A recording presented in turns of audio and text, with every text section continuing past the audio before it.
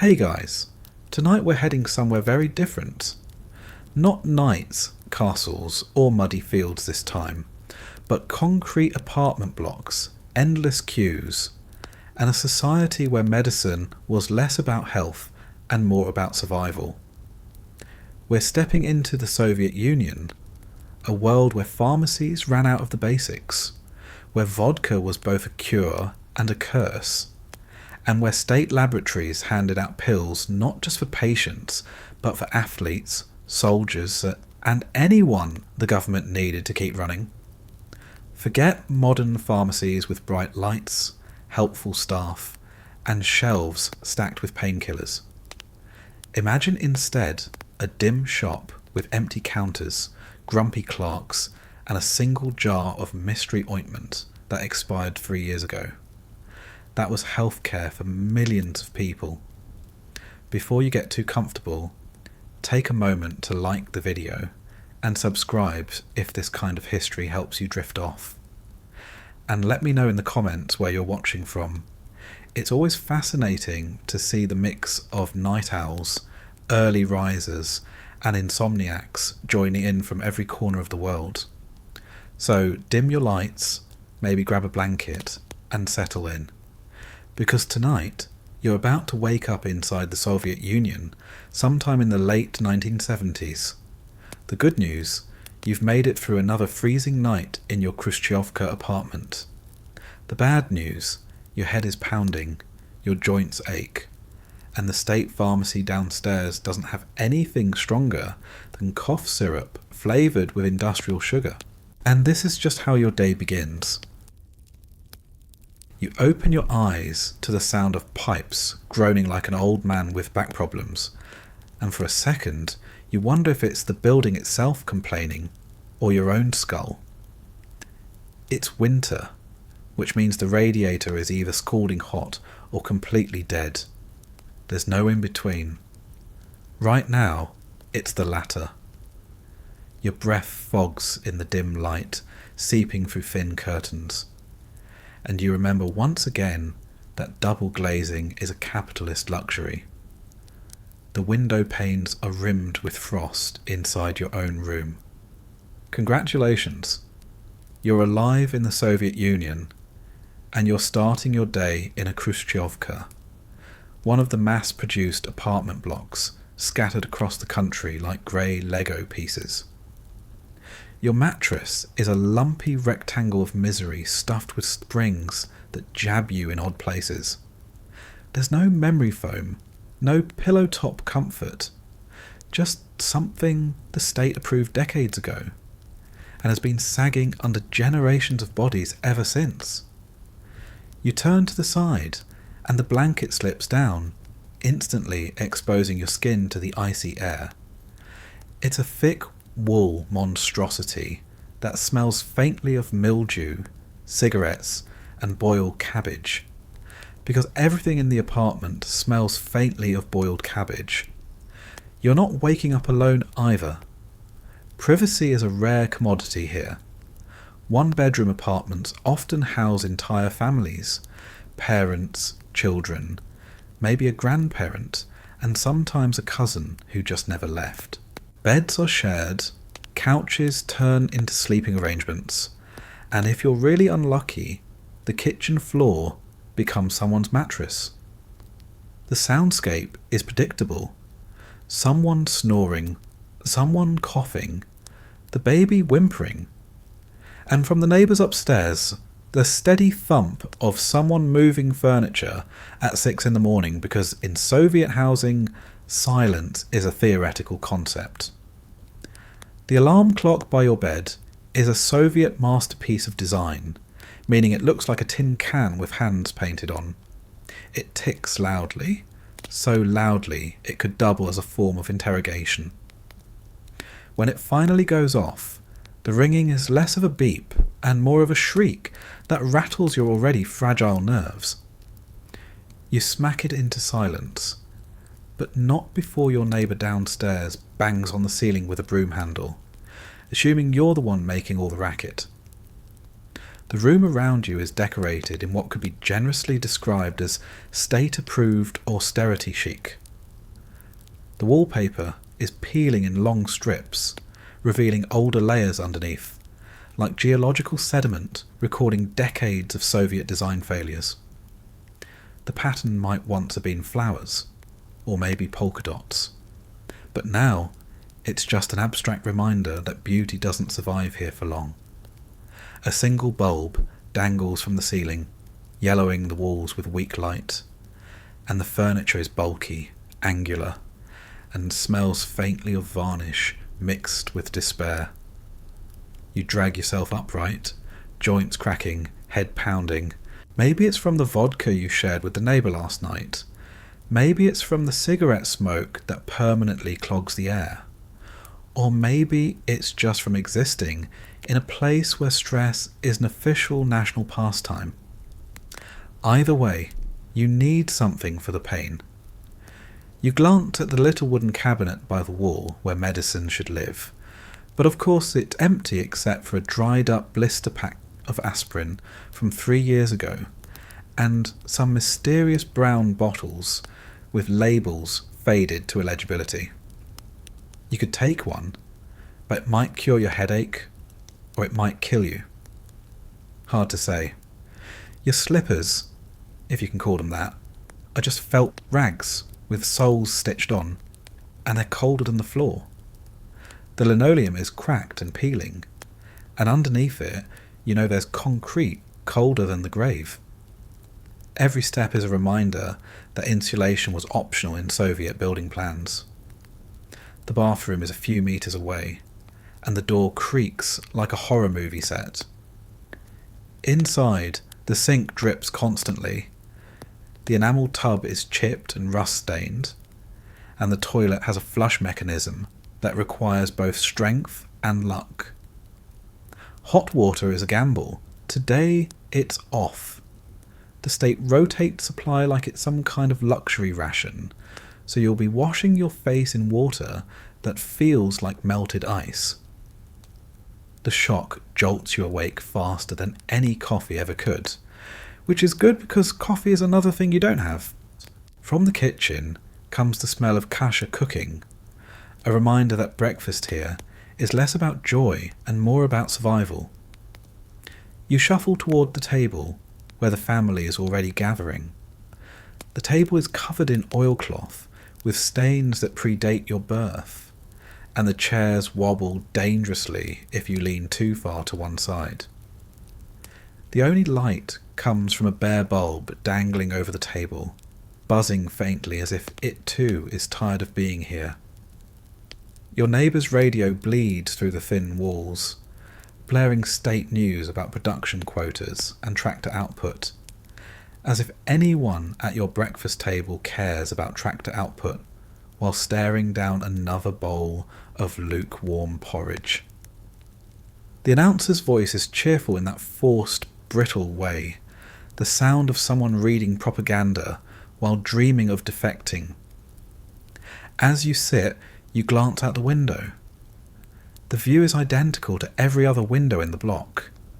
Endless rows of identical grey boxes, each filled with the same peeling wallpaper, the same oilcloth-covered tables, the same chipped enamel bathtubs. The courtyard below is a wasteland of mud, broken swings, and a few stray dogs gnawing on something best left unidentified. A larder sputters to life, belching smoke as the driver prays it won't stall in the middle of the road again. Your head still throbs. You wonder if the pharmacy downstairs might have something, anything, for headaches, but you already know the answer. Shelves are bare, clerks are grumpy, and the line stretches out the door anyway. People queue not because there's medicine, but because there might be medicine, and in the Soviet Union, hope is always rationed just like everything else. For now, you sip a glass of weak tea brewed in the same chipped pot your family has used for decades. It tastes faintly of metal and disappointment, but it's warm, and that counts for something. You chew your porridge, swallow hard, and try not to think about the rest of the day. Work is waiting, queues are waiting, shortages are waiting. And through all of it, the one thing you can't escape is the dull reminder that your body hurts, your nerves are shot, and the state's idea of healthcare is a joke no one's allowed to laugh at. Your morning begins like this every day. Pipes groaning, walls peeling, stomach grumbling, head aching. And somewhere out there, behind the apartment blocks and factories, a whole country is also waking up in pain, in noise, in smoke, and wondering where the medicine is. You bundle yourself in layers, tug on your stiff jacket, and step outside into the courtyard. The air hits you instantly, sharp and bitter, carrying the familiar cocktail of coal smoke, exhaust, and cold, damp concrete. The stairwell smelled like boiled cabbage and cigarettes, but outside it's no better. A dozen other people are already trudging across the muddy yard, collars up, hats pulled low. Everyone is headed somewhere, but half of them are going to the same place as you. The pharmacy. The walk isn't far. The pharmacy sits at the bottom of another block. A squat building with a green sign and glass so smeared it looks permanently fogged. The door creaks, the handle icy, and the first thing you notice when you step inside isn't shelves of medicine, it's the line. Of course, the line. The line is the Soviet national pastime. No matter what you're after, bread, shoes, nails, or cough syrup, you will stand in line for it, and you will not complain, at least not loudly. Here, the line snakes from the counter all the way back to the door. People stand wrapped in scarves and coats, their breath fogging in the stale air.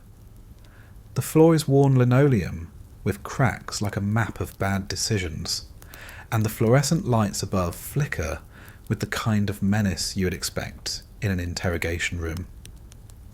At the front, a single pharmacist moves with the speed of a glacier, scowling at every request. Behind her, shelves should be stocked with boxes and bottles, but instead they look like museum exhibits of absence.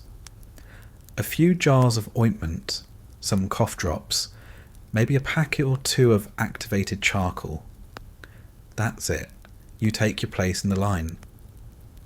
No one asks what you're here for, because everyone already knows the answer, whatever they have. No one ever comes to the pharmacy looking for something specific. That would be ridiculous. You come hoping there's anything at all left, and then you buy it whether you need it or not, because maybe one day you will. The line doesn't move quickly. A woman at the front is arguing for painkillers, waving a scrap of paper signed by her doctor, but the pharmacist just shrugs. No stock. The woman doesn't leave though. She just stands there, pleading, bargaining, her voice breaking while the people behind her sigh and shuffle. Eventually she's handed a tiny bottle of valerian drops, the Soviet cure-all for nerves. It won't help her toothache, but it will keep her quiet. And quiet is the state's preferred medical condition. You inch forward. The man in front of you mutters that his child has a fever, and nothing brings it down. He says he's tried every store in the district.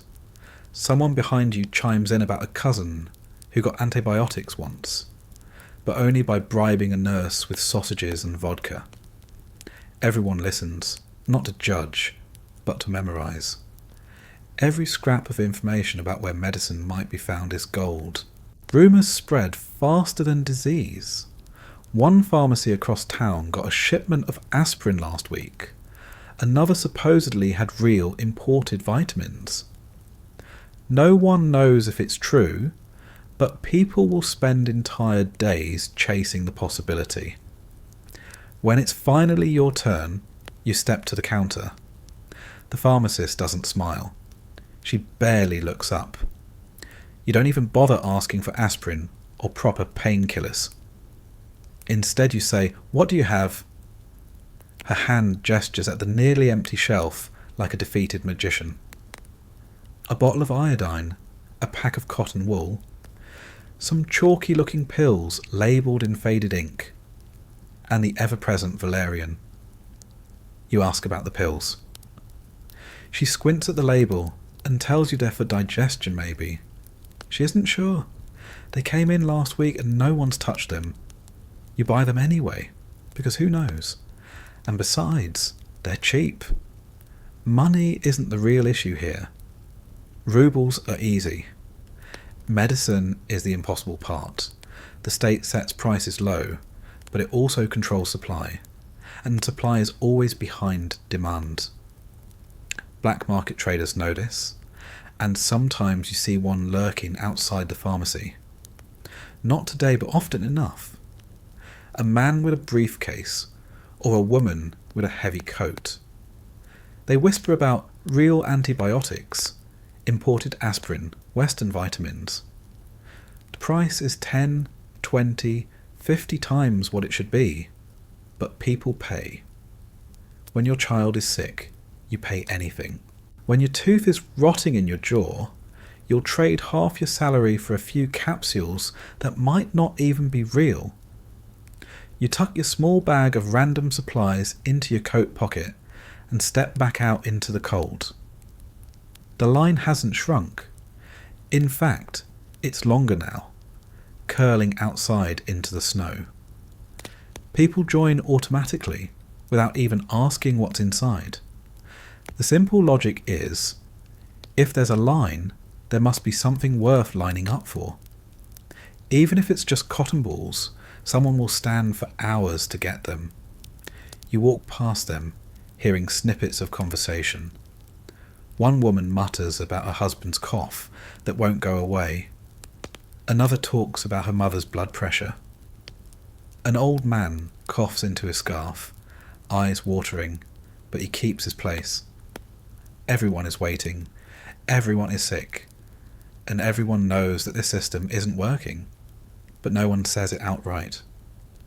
They just sigh and shuffle forward, because what else can they do? Complaining won't fill the shelves. The irony is that the Soviet Union officially prided itself on universal healthcare. In theory, everything was free, from doctors to surgery to prescriptions. In practice, free meant worthless. Hospitals had beds but no sheets, clinics had doctors but no medicine, pharmacies had shelves but nothing to stock them with. People joked that the only thing in abundance was advice, and none of it helped. Sometimes, if you're desperate, you might get creative. You might send letters to relatives in another republic, hoping they can find medicine locally and smuggle it back in a suitcase. You might swap a spare winter coat or a sack of potatoes with someone who knows a guy working at a hospital storeroom. You might even ask your boss, who has connections with the party, and suddenly a bottle of antibiotics appears as if by miracle. But miracles are rare, and they don't come for free. As you trudge away from the pharmacy, your headache still pounding, you realise that nothing you bought today will help. Maybe the valerian will calm your nerves enough to sleep. Maybe the mystery pills will settle your stomach. But your skull will keep ringing. Your jaw will keep aching. And the next time you stand in line, it will be the same. You will wait, you will hope, and you will leave with something that doesn't work. Back home, your family asks if you found anything useful. You empty your pockets on the table. Iodine, cotton, valerian. They nod, not disappointed, not surprised. It's just the way things are. Someone suggests you go early tomorrow. Maybe a fresh shipment will arrive. Someone else mentions a rumour about a store 2 districts over. And so the cycle begins again. The endless chase for medicine in a country where the pharmacy is always empty, but the line is always full. The day stretches ahead of you, and with it, the dull ache that never leaves. But for now, you have valerian drops, and in the Soviet Union, that's as close to relief as most people ever get. Your head is still aching, but now a sharper pain cuts through the fog. It's not just the dull pounding behind your eyes anymore, it's your teeth. That constant throb in your jaw that's been haunting you for weeks, maybe months. You press your tongue against the sore spot, and the jolt of pain tells you what you already know. Something is rotting in there. In another time or another place, you'd grab your phone, call a dentist, and have it fixed before lunch. But here, in the Soviet Union, a toothache is not a quick appointment. It's a sentence. The bathroom mirror offers no comfort. You lean close and see a row of yellowed teeth, uneven and gums swollen, a dark shadow spreading across the molar that's been screaming at you. Toothpaste exists, technically, but it's gritty, chalky stuff that feels more like scrubbing your mouth with sand. Toothbrushes are stiff plastic with bristles so hard they might as well be wire. Mouthwashy is a rumour from the West. Cavities don't stand a chance of prevention here. They bloom, they fester, and they stay. If you're unlucky enough to need a dentist, you steel yourself for an ordeal. The local clinic is a grey, crumbling building that smells like disinfectant mixed with old sweat. The waiting room is crowded, benches full of people clutching swollen jaws, children whining, old women muttering prayers under their breath. The walls are decorated with faded posters reminding you to brush twice a day, as if that will save you. The dentist's office is a room that hasn't been updated since the 1950s. The chair cracked and lopsided, the drill an antique that whirs like an angry wasp. Anesthesia is a privilege, not a guarantee. Sometimes you get a little Novocaine, if the clinic isn't out of it, which they usually are. More often, you're told to grip the chair, clench your fists, and hold still while the drill grinds straight into the nerve. The sound is worse than the pain, a shrill shriek that drills into your skull and makes your entire body tense. There's no soothing background music, no polite assistant, no sterile instruments lined up neatly. Tools are rinsed quickly, maybe wiped, and then used again. If you get an infection, well, that's life. The most common solution to dental problems isn't filling or saving the tooth. It's removal. Soviet dentistry believed in efficiency. Why waste time patching something that will just decay again? Out it comes. Toothaches end not with gentle restoration, but with pliers and brute force. You sit back, the dentist plants a foot against the chair for leverage, and with a wrenching twist, the tooth is gone. Your jaw bleeds, your vision blurs, and the dentist drops the bloody tooth in a tray like a hunter tossing down a trophy. You leave with gauze in your mouth, light-headed, and minus another piece of yourself. Because of this, people don't rush to the dentist. They avoid it as long as humanly possible. Instead, they improvise. Home remedies are everywhere. Some people swish vodka around the aching tooth, holding it there until their gums go numb.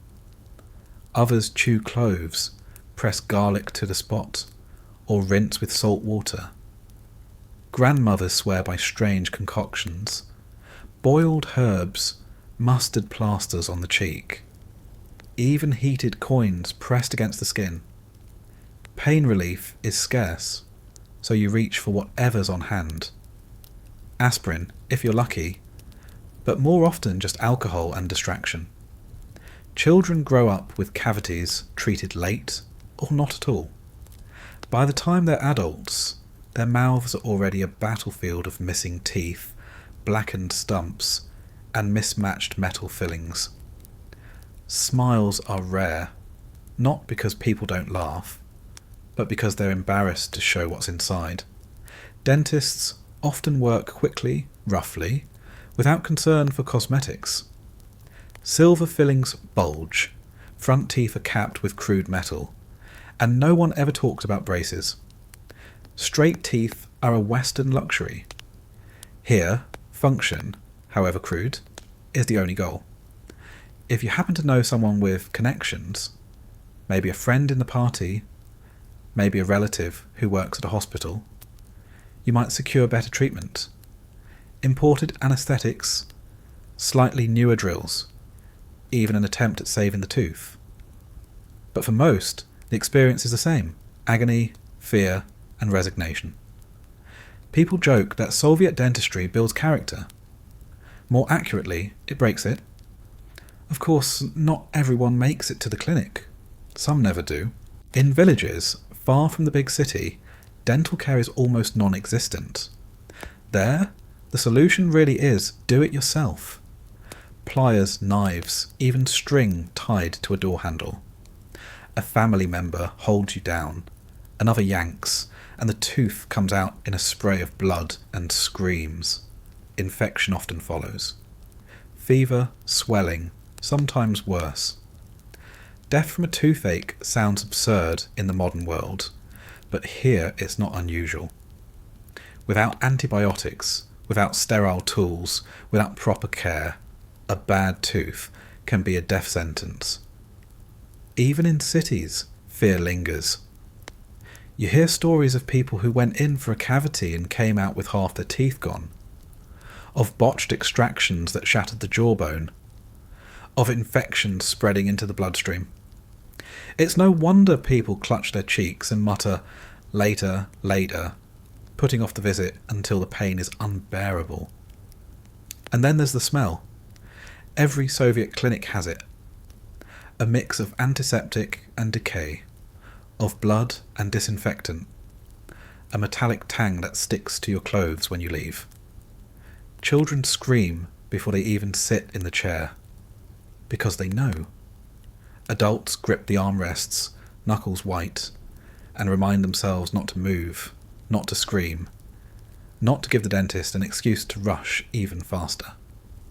You sit now in your apartment, jaw throbbing, and weigh your options. The pharmacy had nothing. The clinic is a nightmare.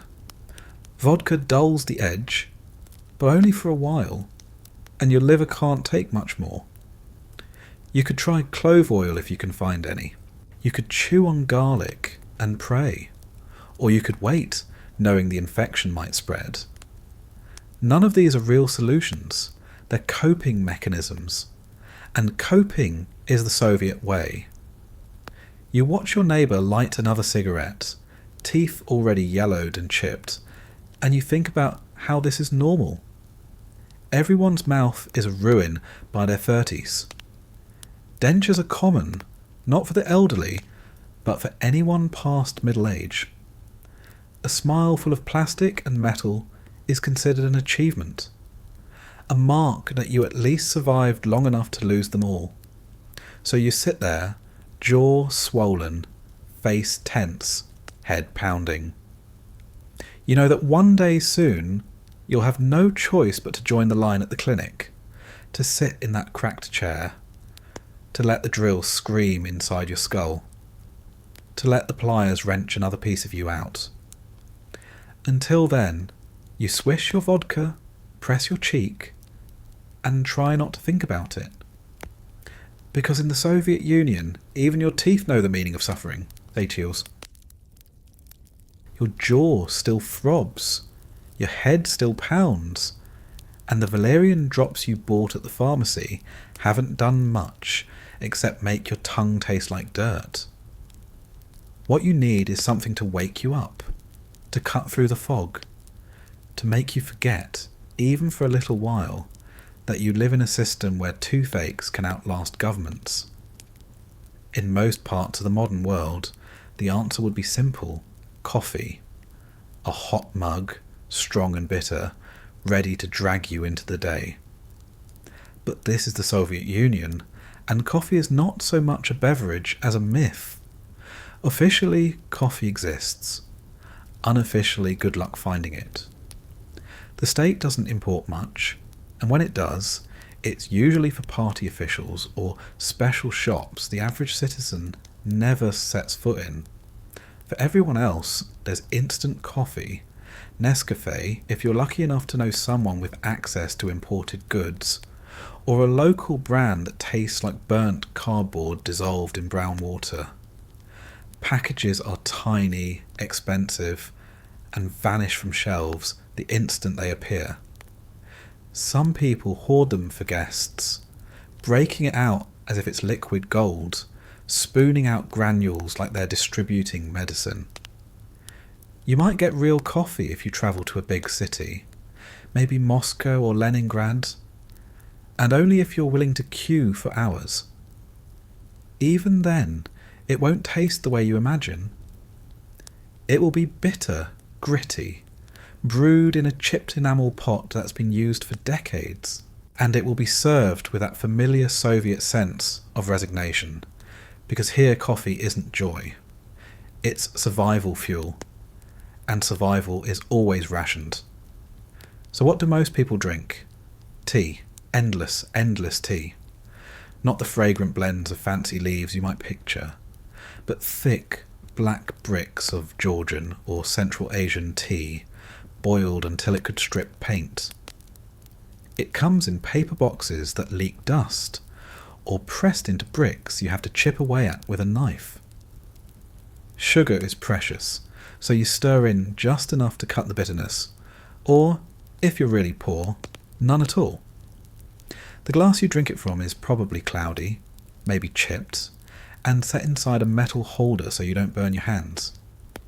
Tea isn't just a drink here. It's a ritual, a crutch, a substitute for everything else that's missing. You drink it in the morning, at work, after work, before bed. You offer it to guests because offering nothing is rude, and you rarely have anything else. The samovar hisses in the corner, pumping out endless cups of brown liquid that's less about flavour and more about routine. It keeps you moving, barely, but it doesn't stop the headache. It doesn't kill the toothache. It doesn't fix the fatigue that seeps into your bones. For stronger relief, there are other options. In the Soviet Union, tranquilizers are easier to find than decent coffee. Valerian is everywhere. Phenazepam, a benzodiazepine invented here, is handed out liberally for nerves, insomnia, stress. Doctors prescribe it like candy, often without real diagnosis, because keeping the population calm is easier than keeping them happy.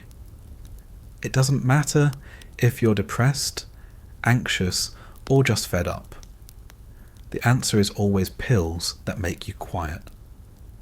You sit in a crowded clinic, tell the doctor you can't sleep, and instead of asking questions, he scribbles a note. A few days later, you're holding a little packet of tablets that will blur the edges of reality.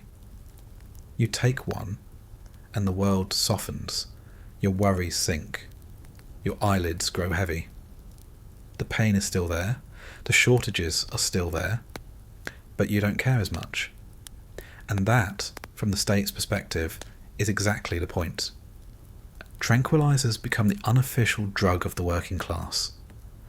Mothers take them to handle screaming children. Workers take them to handle long shifts. Pensioners take them to handle loneliness. Some wash them down with tea, others with vodka, a combination that leaves them swaying but smiling faintly. Addiction is common, but no one calls it that. It's just coping. The state pretends it's medicine. People pretend it's relief. And everyone ignores the way entire neighbourhoods walk around glassy-eyed, barely awake, barely alive. At work, in the factory, tea is poured into metal cups between shifts, the strong smell of overbrewed leaves mixing with the smell of oil and sweat. Someone pulls a pill from their pocket, swallows it dry and keeps working. The machines roar, the foreman shouts, and no one notices. Or maybe they do notice, but they're doing the same thing. By the afternoon, the factory hums with the rhythm of tired bodies running on tannins and tranquilizers. At school, students hunch over desks, passing around caffeine tablets when exams approach. The pills are bitter, cheap, and sold in crinkling paper packets. They keep you awake, but they also make your heart race and your stomach churn. Kids whisper about who has them, who needs them, who fainted last time they tried too many. Teachers know, but they look away. After all, the state loves good grades, and if pills help, so be it. At home, you sit at the kitchen table, staring at your cup of tea, thinking about the strange balance of your life. Coffee is scarce, tea is bitter, but pills are plentiful. The shelves are bare of antibiotics, but full of sedatives. Painkillers are missing, but tranquilizers overflow. The state doesn't want you healthy, it wants you quiet. So you pour another cup, stir in the last spoonful of sugar, and swallow a pill. For a while the pain dulls, the toothache retreats to a distant hum. The pounding in your skull softens. You lean back in your chair, stare at the peeling wallpaper, and feel yourself slipping into that familiar state of half sleep, half numbness.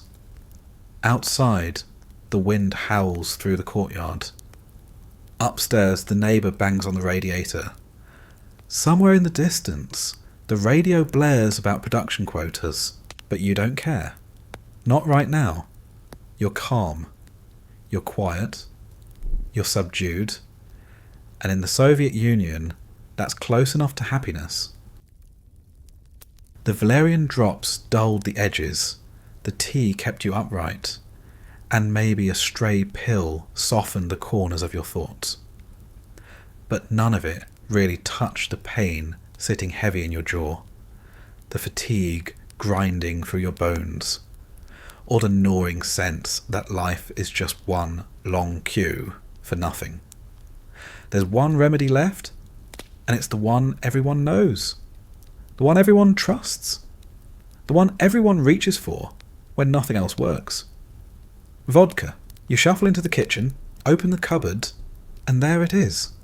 A squat, clear bottle with a label peeling at the corners. Maybe it's genuine, maybe it's homemade samagon, the rough moonshine people brew in apartments, garages, or forest huts. Either way, it burns. You pour a glass, hold it up to the light. The liquid catches the dim bulb above the table, promising both relief and regret. In the Soviet Union, alcohol isn't just a drink. It's a medicine, a currency, a social lubricant, and sometimes the only way to survive another day. Officially, vodka is for celebration. Unofficially, it's for everything. Headache, vodka. Toothache, vodka. Cold coming on, vodka with pepper. Fever, vodka rub-downs. Depression, heartbreak, exhaustion, boredom, pour another shot. It doesn't cure anything, but it makes you forget you needed a cure in the first place. And forgetting, in a country where the pharmacy shelves are empty and the dentist drills without anaesthetic, is the closest thing to healing. You throw the shot back. It sears your throat, spreads heat through your chest, brings water to your eyes. For a moment, you're alive in a way tea and tranquilizers could never achieve. The pounding in your skull fades into the background. Your jaw feels a little lighter. Your shoulders unclench. It's temporary, you know that. But temporary is enough. In the Soviet Union, relief always comes in small doses. Everyone drinks. Men, women, pensioners, sometimes even children for their health. A splash of vodka in a child's tea is whispered about as a folk cure for colds. Workers drink before shifts, during shifts, after shifts. It's cheaper than medicine, easier to find than coffee, and more effective than the chalky tablets sold at the pharmacy. Entire factories hum on the fumes of alcohol, the clank of machinery blending with the slurred laughter of men who've had one shot too many on their lunch break. Alcohol isn't just medicine, it's a tool. Need to bribe a doctor? A bottle of vodka might get you a stronger prescription. Need to thank a neighbour for fixing your leaky pipe? Vodka. Need to smooth over a fight with the foreman? Vodka. Money is fine, but vodka speaks louder. It opens doors, oils gears, makes friends, and silences enemies. Everyone has a bottle tucked away, for sickness, for barter, for emergencies. Of course the state knows this. That's why vodka is cheap, subsidised, and always available. Even when meat disappears, when sugar vanishes, when medicine is a rumour, vodka flows freely. Some say it's deliberate, a way to keep the population numbed, sedated, too drunk to revolt. Others shrug and say it's just tradition. Either way, the shelves that should hold aspirin and antibiotics always manage to hold bottles of vodka. But the cure has side effects. You see it in the stairwell where a man lies slumped, half-conscious, the empty bottle beside him. You see it at work, where the foreman stumbles through orders, his breath sharp with alcohol. You see it at family dinners, where arguments start after the third toast and end in slammed doors or broken dishes. Vodka eases pain, but it creates new ones that no amount of valerian or tranquilizers can touch. You remember the last wedding you attended? Tables sagged under plates of pickles, black bread, herring and potatoes. But the real centrepiece was the vodka. Toasts began politely enough. To the bride and groom, to health, to happiness. By the 10th round, voices grew louder, faces redder, stories more outrageous. Someone cried, someone fought, someone sang off-key until dawn. In the morning, half the guests lay scattered across couches and floors, clutching their heads, groaning for water.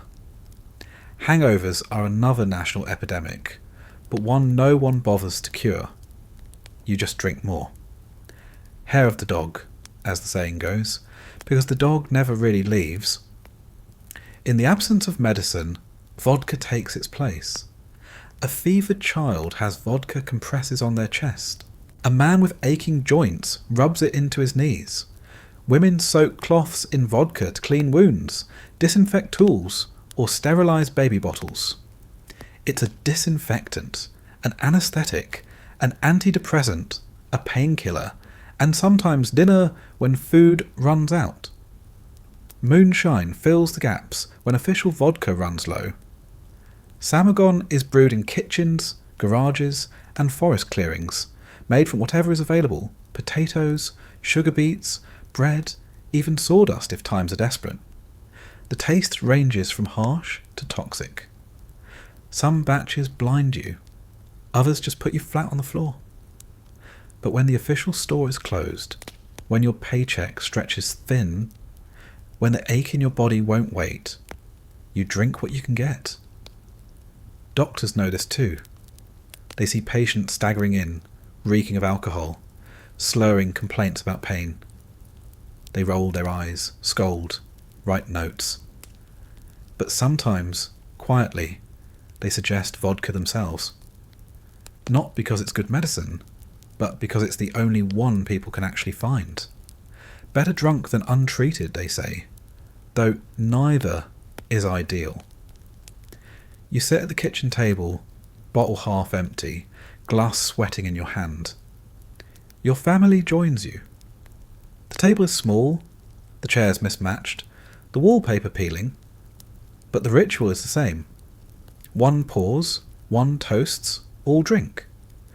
For a moment, laughter rises, shoulders ease, and the weight of shortages and sickness lifts. Everyone knows it will come back tomorrow, heavier than before. But tonight, with glasses clinking and cheeks flushed, you can pretend life is lighter.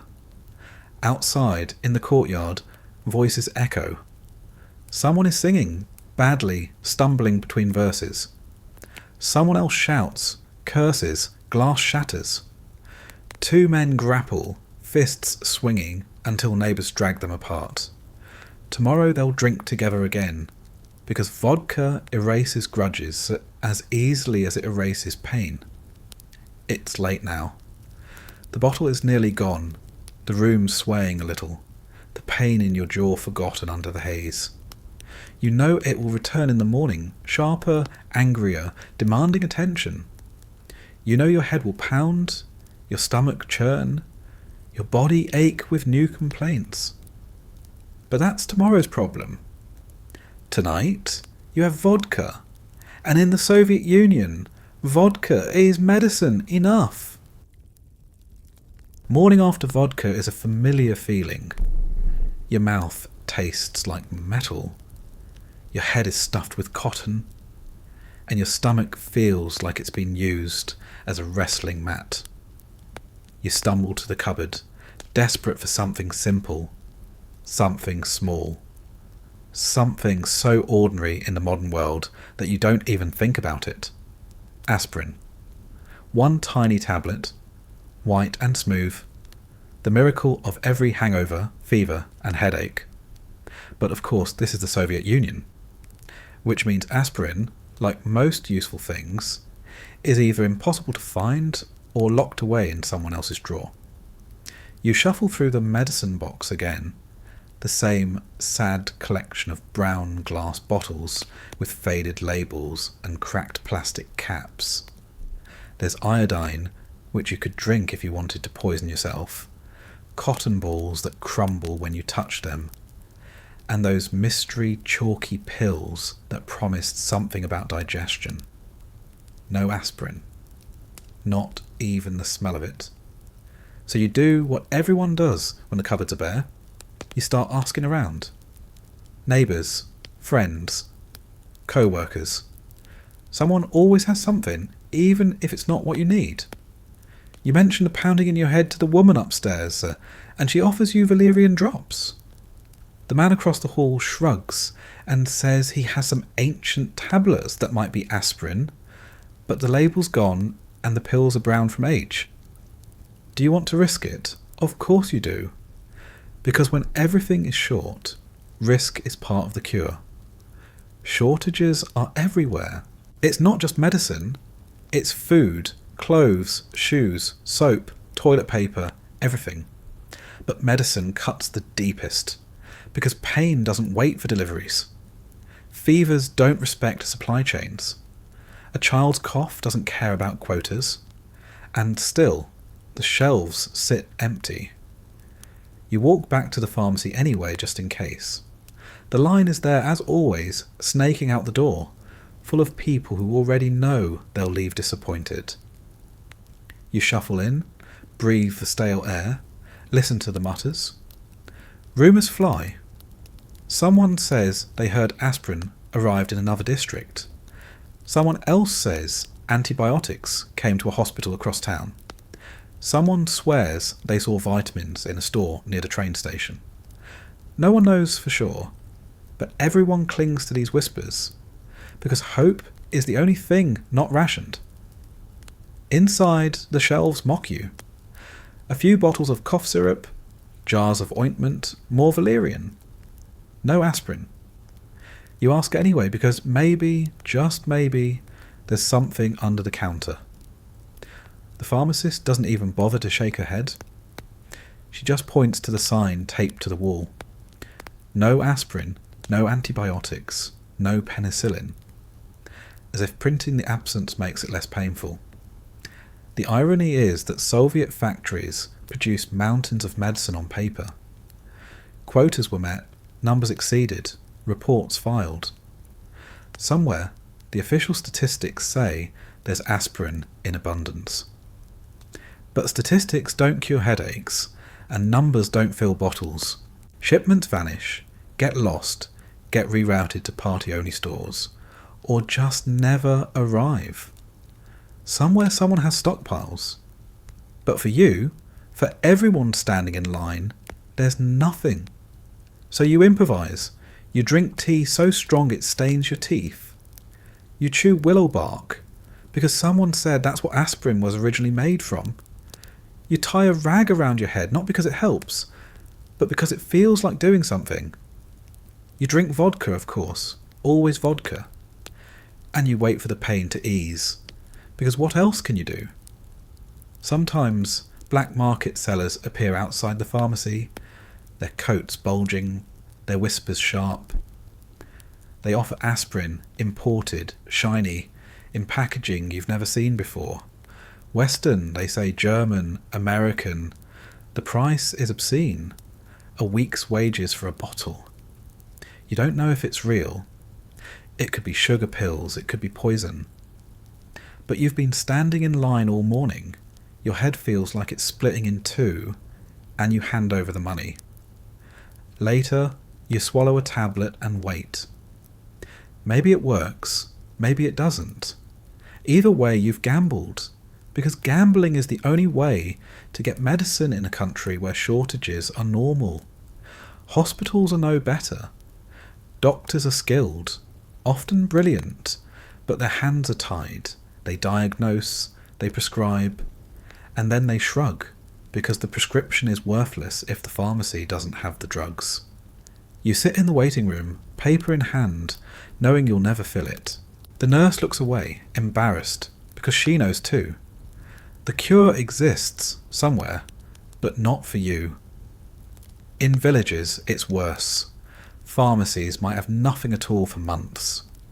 People rely on folk remedies, herbs, vodka, and hope.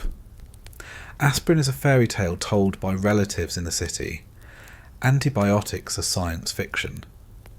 Doctors do what they can, but more often they just say rest and wait. Waiting is the unofficial treatment for everything. The shortages don't stop people from queuing, though. The act of standing in line becomes its own strange ritual. You line up because maybe today is the day. You line up because someone else is lining up. You line up because not lining up means you'll miss out if a miracle happens. And sometimes, rarely, the miracle does happen. A shipment arrives, the clerk unlocks the cabinet, and for 1 hour there are actual pills on the shelf. Word spreads like wildfire. The line triples in minutes. People push, shove, argue. The pills vanish, the shelves are bare again, and the cycle repeats. You leave the pharmacy empty-handed once more. The cold air slaps your face as you step outside. People in line mutter curses, clutch their scarves tighter, and keep waiting, because what else can they do? Tomorrow they'll come back. So will you. Back home, you sit at the table, staring at the chipped enamel teacup in your hand. You think about how absurd it is that aspirin, a drug invented a century ago, mass-produced around the world, is out of reach here.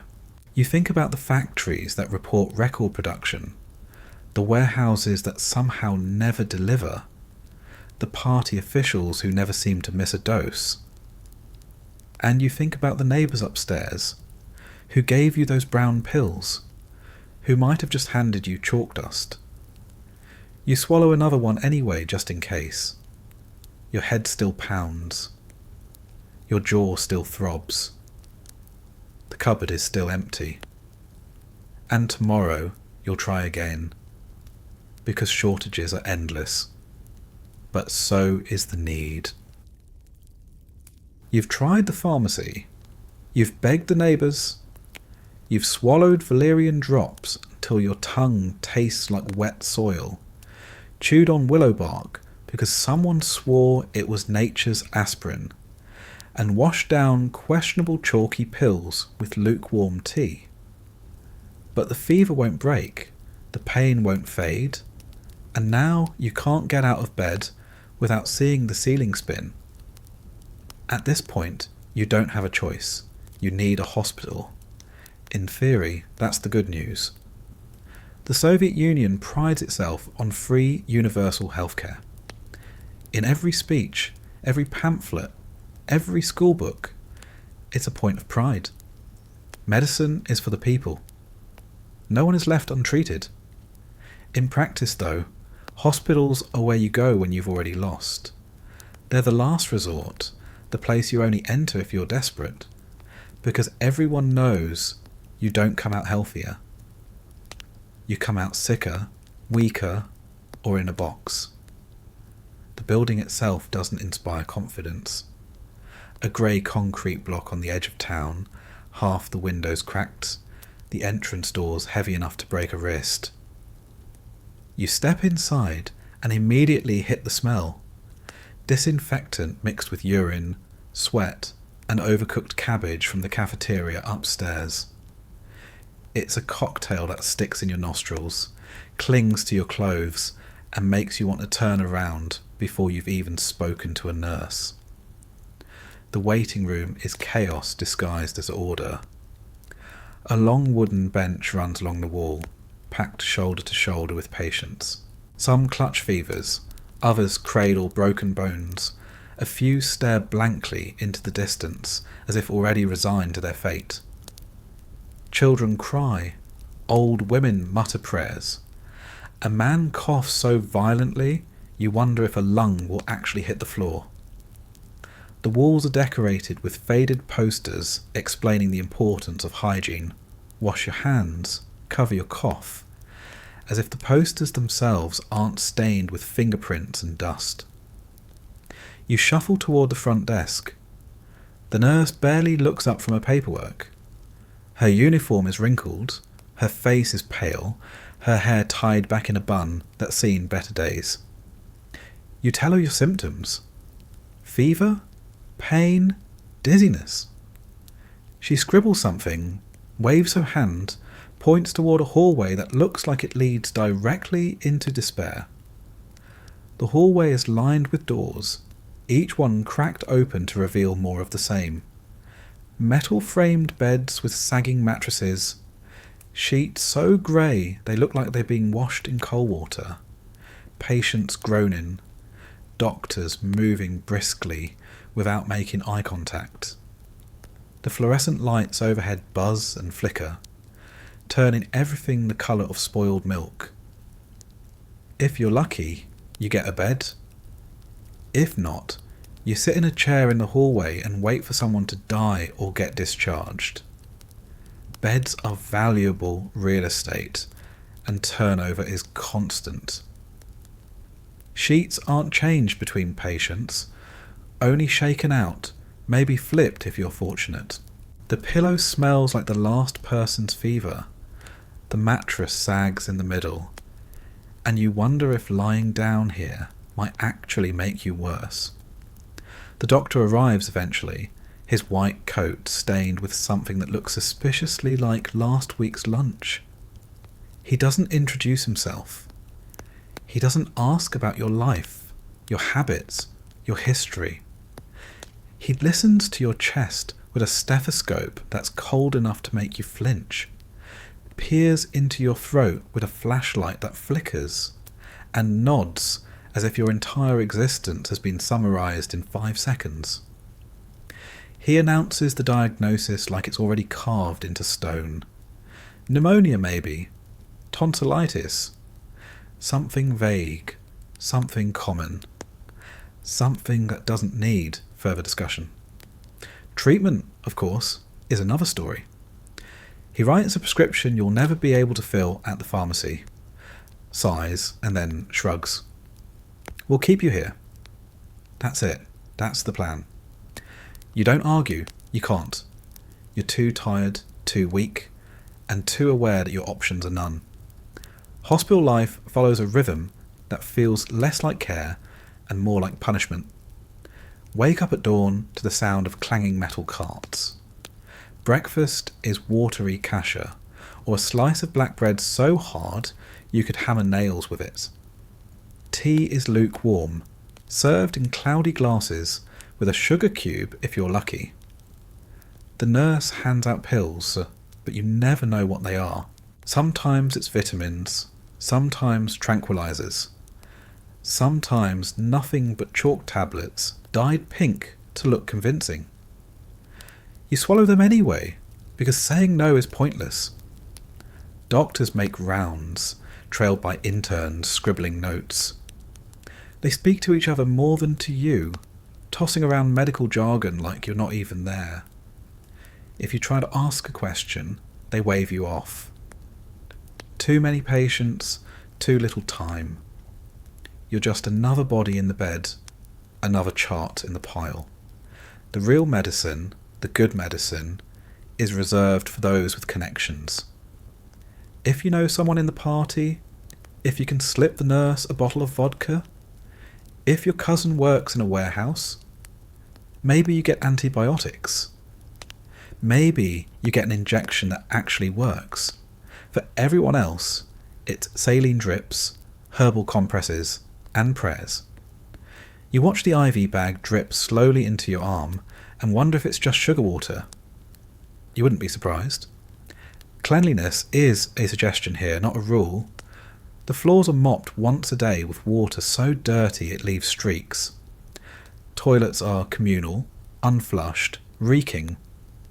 Showers exist but rarely have hot water, so most people skip them. Infection spreads quickly. Bed sores, sepsis, gangrene, words you hoped you'd never learn, become part of daily conversation. You came here with one problem and now risk leaving with 3 more. Nurses are overworked, underpaid, and exhausted. Some are kind, slipping you extra blankets, or sneaking in an orange from home. Others are hardened, snapping at patients, moving briskly without a hint of compassion. You can't blame them. They've seen too much, worked too long, been ignored too often. To them, you're just another fever, another cough, another body in a bed that won't stop groaning. Night in the hospital is the worst. The lights never fully go out, just dim slightly, buzzing overhead while shadows stretch across the walls. Patients moan in their sleep. Some call out for relatives. Some just cough endlessly until the sound becomes a background rhythm. The nurse's shoes squeak down the hallway. The smell of disinfectant lingers. And you stare at the ceiling, wishing you were anywhere else. Visiting hours bring brief relief. Relatives arrive carrying parcels, homemade soup in jars, fruit from the market, maybe a bar of chocolate if they manage to find one. These gifts aren't just kindness, they're survival. The hospital food won't nourish you. The medicine won't cure you. Without outside help, you waste away. Families know this, so they carry bags heavier than their own backs can bear, hoping to give you strength the system refuses to provide. Sometimes patients disappear overnight. One day the bed next to you is full, the next it's stripped bare. No one asks questions. You don't know if they were discharged or if their body was taken quietly down the back stairs. Death is common here, and discussing it is discouraged. Instead, everyone pretends the bed was always empty, that nothing happened. Silence is its own kind of medicine. You lie there, days bleeding into each other, wondering if you're getting better or worse. The fever breaks, but the cough lingers. The pain shifts, but never leaves. Your strength drains, your appetite fades, and the thought creeps in. Maybe you would have been better off staying home. Maybe the hospital isn't here to cure you. Maybe it's here to keep you busy until the illness runs its course, one way or another. Eventually the doctor tells you you're well enough to leave. Well enough, not cured. You're still weak, still coughing, still aching, but the bed is needed for someone else. You gather your things, threadbare clothes, half-empty medicine bottles, the last of your family's soup jars, and shuffle out the heavy doors. The cold air hits your face again, fresher than anything you breathed inside. You survived, for now. But the lesson is clear. In the Soviet Union, hospitals aren't places of healing. They're holding pens, places where sickness is managed, not cured, where suffering is endured, not eased. You walk home slower than before, leaning on the railing, coughing into your sleeve, knowing that if you get sick again, this is what waits for you. And the thought alone makes you feel sicker already. You've been discharged from the hospital, not because you're healthy, but because someone else needed the bed. You shuffle back into your apartment block, still coughing, still weak, carrying nothing but a slip of paper with instructions you'll never be able to follow. Take antibiotics, rest, return if worse. The doctor said it like he was ordering tea. Antibiotics, where? The pharmacy shelves are bare. Rest, in a 2-room apartment with 3 generations and a baby crying all night. Return if worse. Worse than this? You laugh, but it comes out as another cough. Everyone knows the truth. In the Soviet Union, medicine isn't really free. Sure, the sign says free. The slogans scream free. But health doesn't come from slogans. It comes from connections, favours, and the most universal form of currency in the country. Bribes. Not always money. In fact, rarely money.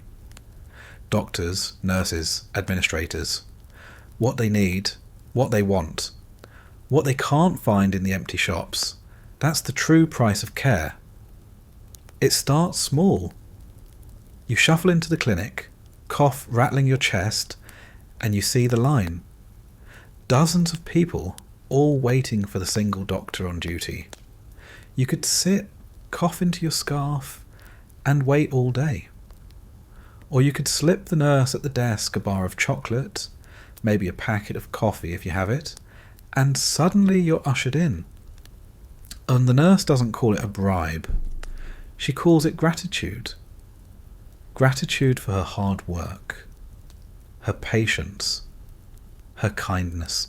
You nod, you smile, you hand over the goods, and just like that, you've skipped 6 hours of waiting. The doctor greets you, not with warmth, but with a practiced weariness. He listens, he nods, he scribbles something on a paper. The prescription is for medicine you already know the pharmacy won't have. But if you're clever, if you clear your throat at the right moment, if you mention you've brought him something. Oh, what's this? A carton of imported cigarettes? A jar of Georgian wine? A roll of sausage from your cousin's farm? Then his pen moves differently.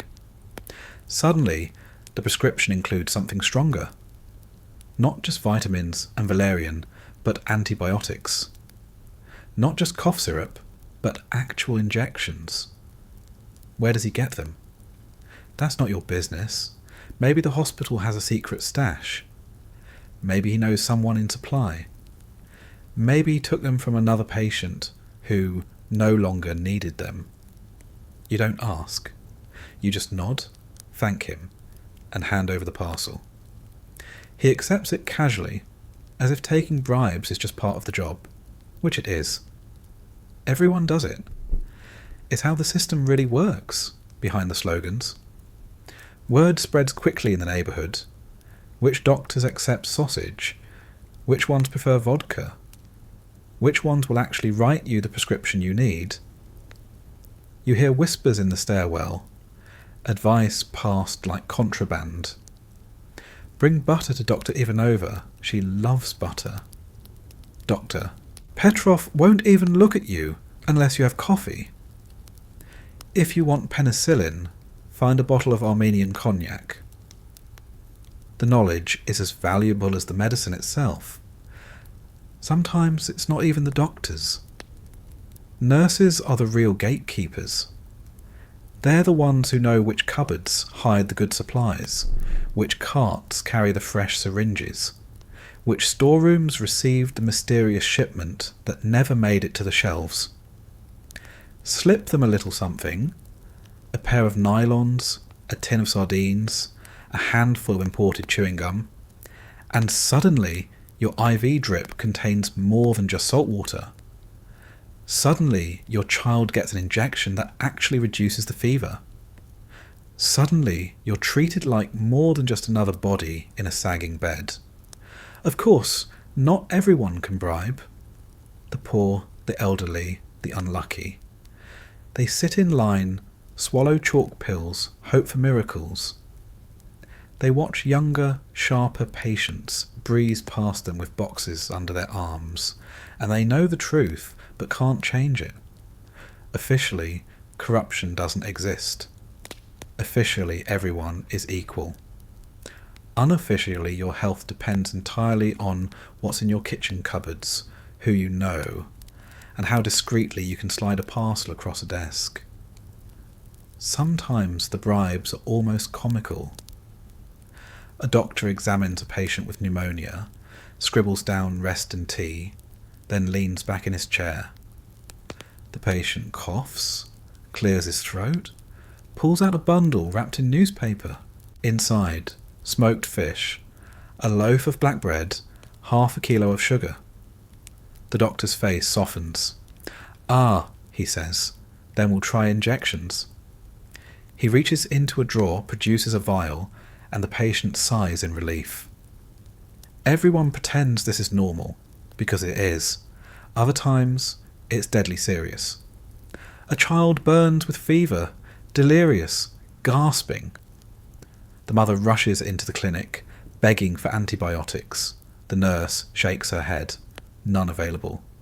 But the mother opens her bag, pulls out a packet of foreign coffee, a bar of Swiss chocolate smuggled by a relative. The nurse hesitates, then nods. "Wait here." Minutes later she returns with a vial. The child lives. The mother never forgets the cost. Doctors themselves are trapped in this game.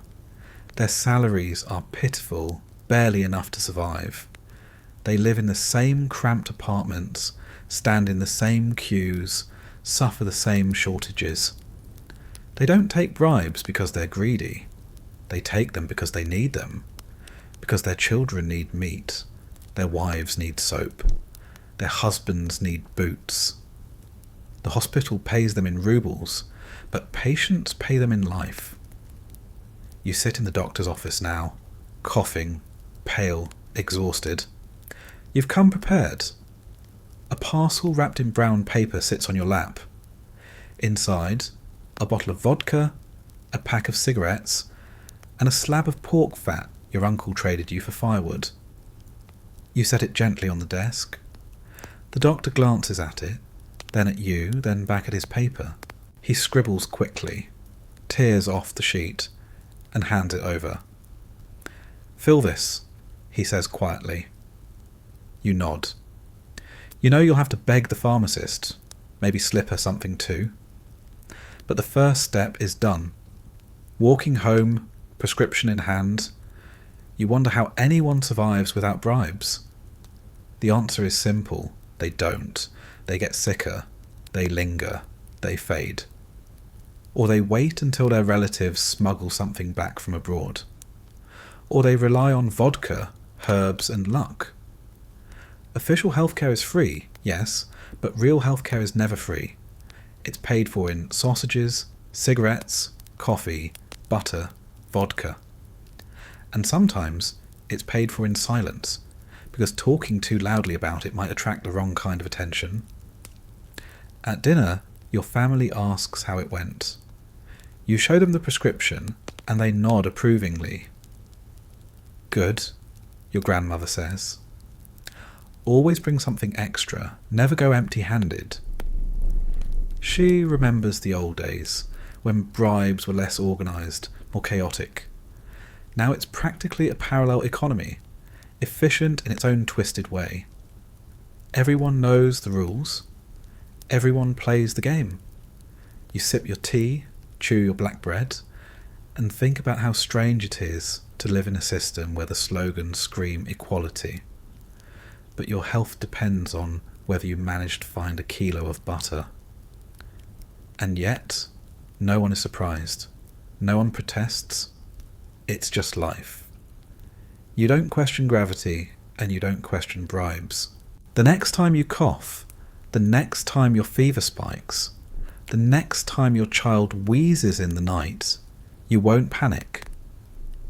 You'll open your cupboard, check your supplies, and ask yourself the only medical question that matters in the Soviet Union. Not what medicine do you need, but what can you trade to get it? You've tried the official system. You stood in the pharmacy line for hours, only to come home with nothing useful. You bribed a doctor with sausage and vodka just to get a prescription that may or may not be fillable. You spent nights in a hospital bed that felt more like a punishment than a cure. And yet the cough lingers, the fever spikes, the pain gnaws. So now you turn to the other healthcare system of the Soviet Union, the one that existed long before Lenin and long after. Grandma. Grandma doesn't need a white coat, a stethoscope, or a diploma framed on the wall. She has something more powerful. Her kitchen cabinet, her backyard garden, and an encyclopedic knowledge of every herb, root, and superstition passed down through generations. In the absence of aspirin, in the absence of antibiotics, in the absence of anything resembling modern treatment, you will sit at her table while she brews, boils, and rubs strange concoctions onto your body. And somehow, sometimes, it works. Or maybe it just distracts you long enough to convince you it worked. The first remedy is always vodka. Always. If you're sick, drink vodka. If you're injured, pour vodka on it. If you're sad, angry, or confused, vodka will realign your spirit. Grandma pours a shot into a chipped glass, drops in a few black peppercorns, and slides it across the table. For the throat, she says. You swallow it. It burns like liquid fire. Your eyes water. Your chest heats. She nods, satisfied. Later, she soaks a rag in vodka and presses it against your forehead. For the fever, she explains. The smell makes you gag, but the coolness is welcome. Hours later, she rubs your chest with vodka and mustard, muttering something about drawing sickness out. You smell like a drunk sandwich, but you're too tired to argue. If vodka is the first weapon, garlic is the second. Garlic is not just food. It's cure, shield, and weapon all at once. Grandma crushes cloves, mixes them with honey, and tells you to swallow. It burns your throat worse than the vodka. She stuffs cloves in your socks to pull out the fever. She grinds garlic into paste and rubs it on your temples for headaches. You smell like a walking borscht, but she swears by it. Everyone swears by it. Garlic keeps away colds, flu, vampires, and neighbours who don't enjoy the smell. Onions join the fight too. Sliced raw, placed in a bowl by the bed to absorb the sickness from the air. Fried onions wrapped in cloth and pressed to your chest for coughs. Onion juice mixed with sugar spooned into your mouth for sore throats. You gag, you cry, but you do it, because what else is there? Medicine is scarce. Grandma is abundant. Then come the herbs. Dried bundles hang from the ceiling, tied with string, filling the air with the musty scent of fields and forests. Chamomile for stomach aches, linden flowers for fevers, nettle tea for blood strength, St. John's wort for madness, birch leaves boiled into a tea that tastes like tree bark but is supposed to cleanse your kidneys, dill seed tea for digestion, raspberry leaf tea for colds. You drink mug after mug, each one bitter, each one promising a cure. Some of them might even work. Science would eventually confirm that a few did. But in the Soviet kitchen, there is no science, only tradition and trust. Compresses are another favourite. Grandma heats potatoes, crushes them, wraps them in cloth, and straps them to your chest. The steam burns, the smell lingers, and you wonder if you're being cooked alive. Good, she says. It means it's working. Mustard plasters come next. Hot yellow paste smeared on cloth and pressed to your back until your skin burns red. The pain is so sharp you forget about the cough, which according to Grandma is proof the cough is leaving. For earaches, she drips warm oil into your ear and plugs it with cotton. For stomach cramps, she ties a wool scarf tightly around your belly. For insomnia, she brews valerian root tea so strong it tastes like dirt scraped off a boot. For nosebleeds, she stuffs your nostrils with damp breadcrumbs. For warts, she rubs them with raw potato and buries the potato in the yard, promising the wart will vanish as the potato rots. You laugh, but you also go along with it, because at this point, why not? Folk remedies go beyond plants.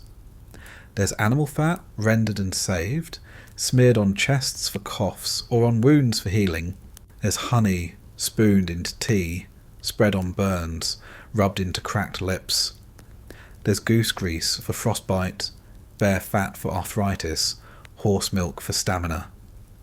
If it can be harvested, boiled or spread, it becomes medicine. Some cures stray into the mystical. Spitting 3 times over your left shoulder after taking medicine to make it work. Drawing crosses in the air over a wound. Whispering prayers while rubbing a coin on your skin. Grandma knows them all. A mix of pagan remnants and orthodox tradition. You don't believe, but you don't argue either.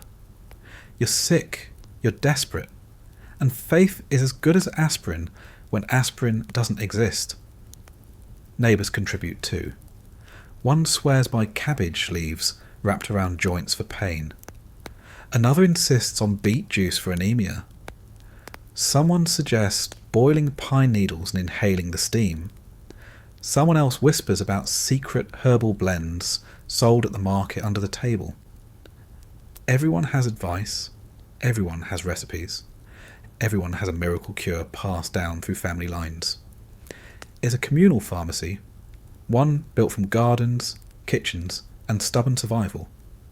Children grow up on this stuff. Cough, honey and garlic, stomachache, dill tea, fever, cold vinegar rub-downs. A scraped knee gets iodine, yes, but also a kiss from Grandma, which somehow feels more effective. Kids wrinkle their noses, gag on bitter teas, cry at the burn of mustard plasters, but they survive, most of them anyway. You sit at the table, swaddled in scarves, chest smeared with potato mash, socks stuffed with garlic, tea steaming in your hands. You feel ridiculous. You smell worse. But the fever hasn't gotten worse. Maybe Grandma's right. Maybe the body just needs warmth, rest, and a lot of garlic. Or maybe you're too delirious to care. Of course, folk remedies aren't harmless. Some are useless, some are dangerous. People burn their skin with mustard plasters, choke on raw garlic, poison themselves with untested herbs. But when the alternative is nothing, people gamble. Better to risk a burn than wait in line for medicine that isn't there. Better to stink of onions than die of pneumonia untreated. Even doctors quietly admit it. They roll their eyes at patients who come in smelling like pickled vegetables, but they don't stop them. Some doctors recommend herbs themselves, not out of belief, but out of necessity. Drink chamomile tea, they say, because what else can they say? The pharmacy shelves are empty. Better to give advice than nothing. You drift to sleep, wrapped in blankets, reeking of garlic and vodka, chest steaming from potato compresses. Outside, the wind howls through the concrete courtyard. Upstairs, the neighbour coughs endlessly. Across town, The pharmacy line still stretches into the cold. But here, in the small warmth of Grandma's kitchen remedies, you have at least the illusion of care. And sometimes illusion is enough. You've done the pharmacy line. You've bribed the doctor with sausage and vodka. You've let Grandma smear potato mash on your chest, rub mustard paste onto your back, and stuff garlic into your socks. But the fever still simmers, the cough still rattles, the pain still drills through your jaw like a Soviet dentist with no anesthesia. You need real medicine, and in the Soviet Union, that means you need the black market. The black market isn't a single place. It's everywhere. It's the man in the stairwell with a bulging briefcase. It's the woman at the factory who whispers between shifts. It's the cousin who knows someone at the hospital warehouse. It's the neighbour whose brother just returned from Poland with a suitcase that suddenly feels heavier than it should. Officially, the black market doesn't exist. Unofficially, it's the only pharmacy that actually works. The first time you buy pills this way, your heart pounds harder than the fever. You meet a man outside the metro station, his coat too big, his eyes darting. He doesn't bother with greetings. He just mutters, "What do you need?" "Aspirin, you say. Antibiotics, if possible." He nods, slips his hand into his pocket, and pulls out a small packet wrapped in newspaper. You hand over cash, more than a week's wages for some workers, and he's gone before you even unwrap it. Back home, you spread the packet on the table like contraband treasure. The pills are in a blister pack with writing in German. Real? Fake? Expired? Poison? You don't know. You only know they look different from the chalky Soviet tablets, and that difference feels like hope. You swallow one, chase it with tea, and pray it does what it's supposed to. Sometimes the pills are genuine. Imported medicine smuggled across borders, stolen from warehouses, diverted from elite party-only shops. Sometimes they're fakes, pressed chalk, flour, or worse. Sometimes they're expired, the labels peeled off, the dates scratched out. You never know until you take them, and by then it's too late. But people gamble anyway, because pain doesn't wait for certainty. The black market has its own hierarchy. At the bottom are the petty traders, selling packets of questionable pills on street corners. In the middle are the connections, nurses, pharmacists, drivers who work in distribution. They skim supplies, sell them quietly, hide vials in their coats. At the top are the real dealers, people with ties to customs, import offices, foreign delegations.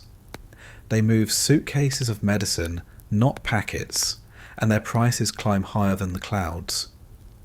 Your neighbour swears she once bought antibiotics from a man who got them through a sailor on a cargo ship. Another friend says his uncle smuggled vitamins from East Germany hidden inside a box of biscuits.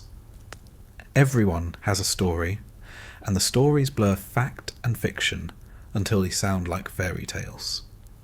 Except here, fairy tales come in blister packs, and you'll pay anything for a happy ending.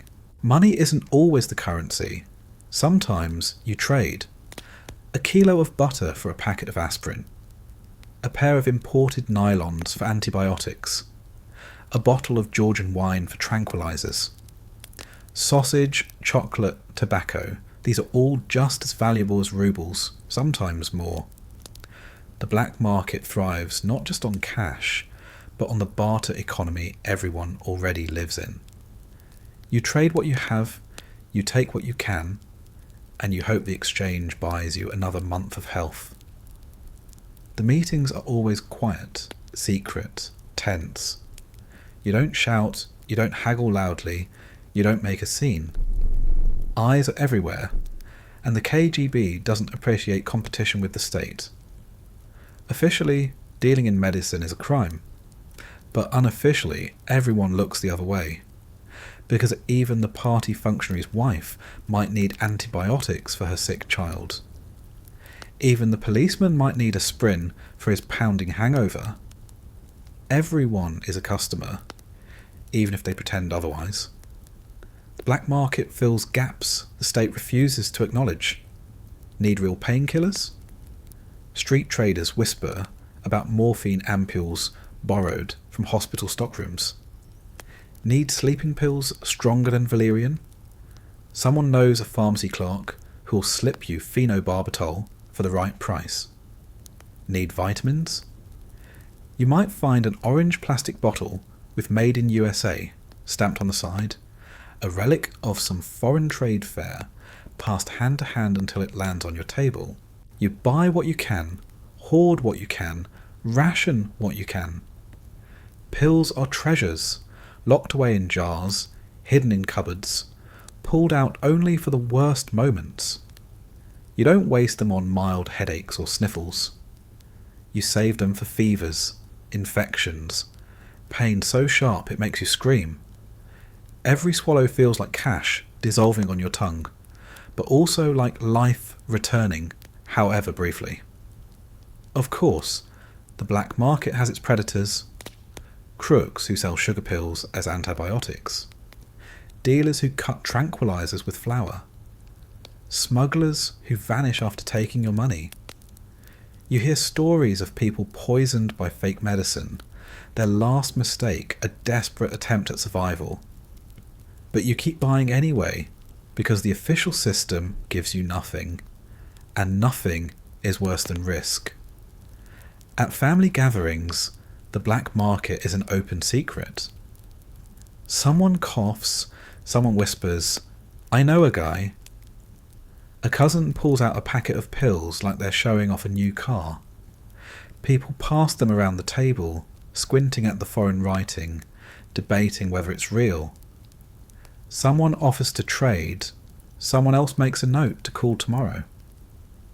The meal continues, but the real feast is the handful of pills everyone is trying to get their share of. Even doctors quietly rely on the black market. They prescribe medicine, knowing the pharmacy won't have it, then whisper to the patient, "See this person, ask for that name." They get their cut, of course. Maybe a bottle of wine, maybe a chunk of smoked meat. But without them, patients wouldn't know where to go. The official and unofficial systems blur together until they're indistinguishable. Children grow up hearing about it too. They learn that medicine comes not from the pharmacy, but from strangers in stairwells. They watch parents unwrap packets like contraband, hear them whisper about who has what, who needs what. By the time they're adults, they know the rules instinctively. Trust no one, but buy anyway. You sit at your kitchen table now, packet in hand, pills rattling softly. You've paid too much, risked too much, but you swallow one anyway. The bitterness spreads across your tongue. You chase it with tea. You lean back, and you wait. Maybe it will work. Maybe it won't. But for the first time in weeks, you feel something stronger than pain. Hope. Fragile, expensive, dangerous hope, wrapped in a blister pack, smuggled through 3 hands and 2 borders. Tomorrow you might need more. Tomorrow the black market might dry up. Tomorrow the pills might fail. But tonight, as you lie back on your sagging mattress, head resting on a lumpy pillow, body aching but heart lighter, you know the truth. In the Soviet Union, medicine doesn't come from doctors, hospitals, or pharmacies. It comes from whispers in stairwells, handshakes in alleys, and packets traded under the table. And as long as you're alive, you'll keep listening for the whisper. You're not an athlete. Your morning exercise routine consists of walking down 4 flights of cracked concrete stairs, and maybe dodging a puddle in the courtyard before standing in line for bread. But in the Soviet Union, sport is more than exercise, it's politics. Every medal is proof the system works. Every world record is propaganda wrapped in sweat. And behind every hero of the motherland, draped in a red flag and kissed on the cheeks by officials, there's chemistry, bottles, needles, powders, applied with the same enthusiasm as tractors and steel quotas. You sit on your couch, watching the flickering black and white TV. The announcer's voice trembles with pride as a Soviet weightlifter hoists impossible iron above his head, veins bulging, face red as beet soup. The crowd roars, the anthem blares. The announcer insists this is proof of Soviet superiority. You clap along, because clapping is what you do. But in the back of your mind, you wonder how much of that victory came from training, and how much came from the pharmacy shelf you've never seen stocked. For you, the pharmacy has nothing.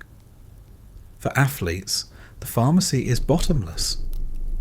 Scientists in white coats mix pills and powders in secret labs, measuring dosages, charting results, recording heart rates like they're tuning engines. The state pours resources into chemistry, not to ease toothaches or cure pneumonia, but to make sure Soviet bodies can run faster, lift heavier, throw farther than any capitalist rival. Steroids, stimulants, tranquilizers. It's all part of the routine. Athletes swallow tablets before training, during training, after training. Need energy? There's a pill for that. Need recovery? Another pill.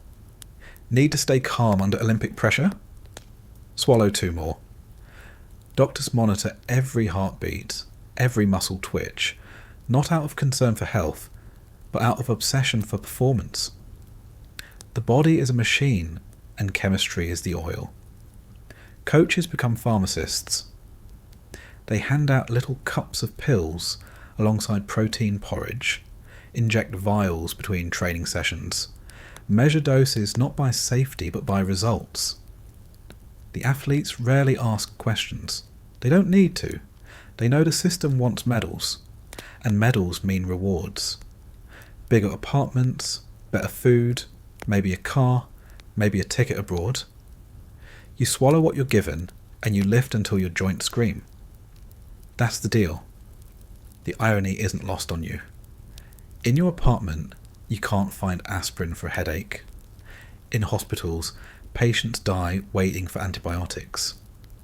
In pharmacies, shelves hold nothing but valerian and cotton balls.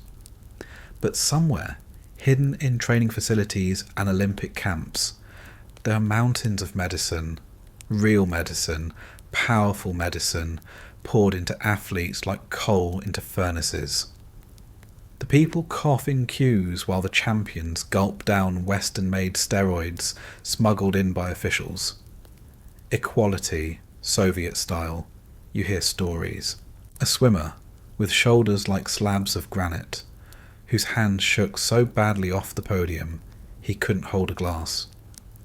A gymnast, barely 16, fed tranquilizers until her eyes glazed just enough to silence her nerves.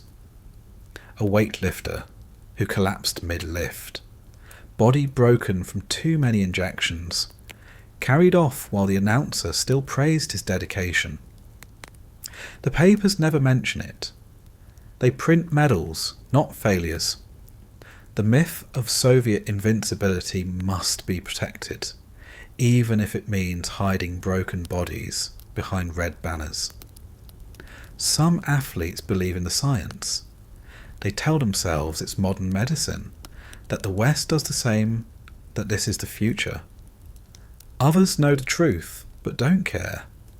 They swallow pills with vodka, laugh about it in locker rooms, shrug when their knees ache, their livers fail, their moods swing. Better to be famous for 5 years than a nobody forever, they mutter, and the coaches nod, because fame reflects glory back onto the state. For the athletes, side effects are just background noise. Rage, depression, infertility, liver damage, all brushed aside. Complaints are weakness. Weakness is treason. So they smile for the cameras, salute the flag, stand tall on podiums with medals heavy around their necks. The crowd cheers. The announcer screams. The party claps itself on the back. And you, at home with your chipped teacup, still can't find aspirin. In villages, children run barefoot in fields, their only medicine garlic and dill tea. In cities, workers queue for hours to buy iodine. In hospitals, patients rot in beds with saline drips that might as well be water. But athletes, they get injections in sterile rooms, bottles of imported vitamins, cutting-edge stimulants, entire medical teams at their disposal. They're the face of the nation, so their bodies are laboratories, tested, tweaked, enhanced, pushed past human limits. Sometimes the truth leaks out. You hear whispers about sudden deaths, about young athletes collapsing in training camps, about retired champions who look 30 years older than they are. Official papers bury the news. The announcer talks instead about new records, new victories, new proof that the system is stronger than ever. But the whispers keep spreading, because everyone knows that bodies don't break naturally at 25. You imagine being one of them for a moment. Waking up not in your cramped Khrushchevka, but in a training camp with fresh sheets, meat at every meal, doctors hovering at your bedside. You imagine the sting of a needle, the bitter taste of pills, the way your muscles grow faster than nature allows. You imagine the crowd cheering, the anthem rising, the sense that for one glorious second you matter more than the shortages, more than the hospitals, more than the queues. And then you imagine the crash, the knees that won't bend, the heart that won't slow down, the liver that swells until it fails. You shake the thought away. Maybe you're better off with garlic in your socks after all. Still, there's a bitter taste in your mouth when you think about it. You can't get aspirin, but the state can get steroids by the barrel. You can't get antibiotics, but coaches hand out stimulants like candy. Your child coughs all night while an athlete gulps imported vitamins. Your wife rubs mustard paste on her chest while a runner gets tranquilizers to calm her nerves before the starting gun. It's not equality, it's not healthcare. It's propaganda, poured into veins and swallowed with state rations. And yet, when the TV blares the anthem and you see the red flag raised higher than the American one, you clap along. Because despite the bitterness, despite the hypocrisy, despite the broken bodies behind the podium, victory still feels good. It still feels like proof that maybe, in some twisted way, the suffering is worth it. Maybe. You sip your weak tea, cough into your sleeve, and glance at the packet of mystery pills on the shelf. The athletes have their chemistry, their injections, their stimulants. You have garlic, vodka, and hope. And in the Soviet Union, that's the only training program you'll ever be offered. You're home again, curled under your wool blanket, staring at the ceiling. The cough rattles on, the fever comes and goes, the toothache pulses like a metronome in your jaw. You're exhausted, not just in body, but in spirit. It isn't just the illness. It's the endless waiting, the shortages, the bribes, the hopelessness of knowing nothing works. And in the Soviet Union, when you can't fight anymore, there's one universal prescription: sedatives. Tranquility is the real national health program. Not health, not cure, not recovery. calm, quiet, compliance. The Soviet system can't promise you antibiotics, but it can promise you a chemical good night's sleep. And at the centre of that promise stands one pill more famous or infamous than all the others, phenazepam. Phenazepam isn't a folk remedy, not garlic in socks or vodka on the chest.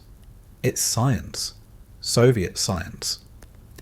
Invented in the 1970s by researchers in Moscow, it's one of the strongest benzodiazepines in the world.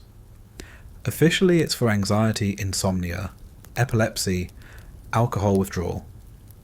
Unofficially, it's for everything. Nervous? Phenazepam? Can't sleep? Phenazepam? Husband won't stop shouting? Phenazepam? Dissident won't stop protesting? Phenazepam. You sit in the doctor's office, eyes sunken, body trembling, and mumble that you can't sleep. The doctor barely looks up. He scribbles quickly, tears off a slip of paper, and hands it to you. Here.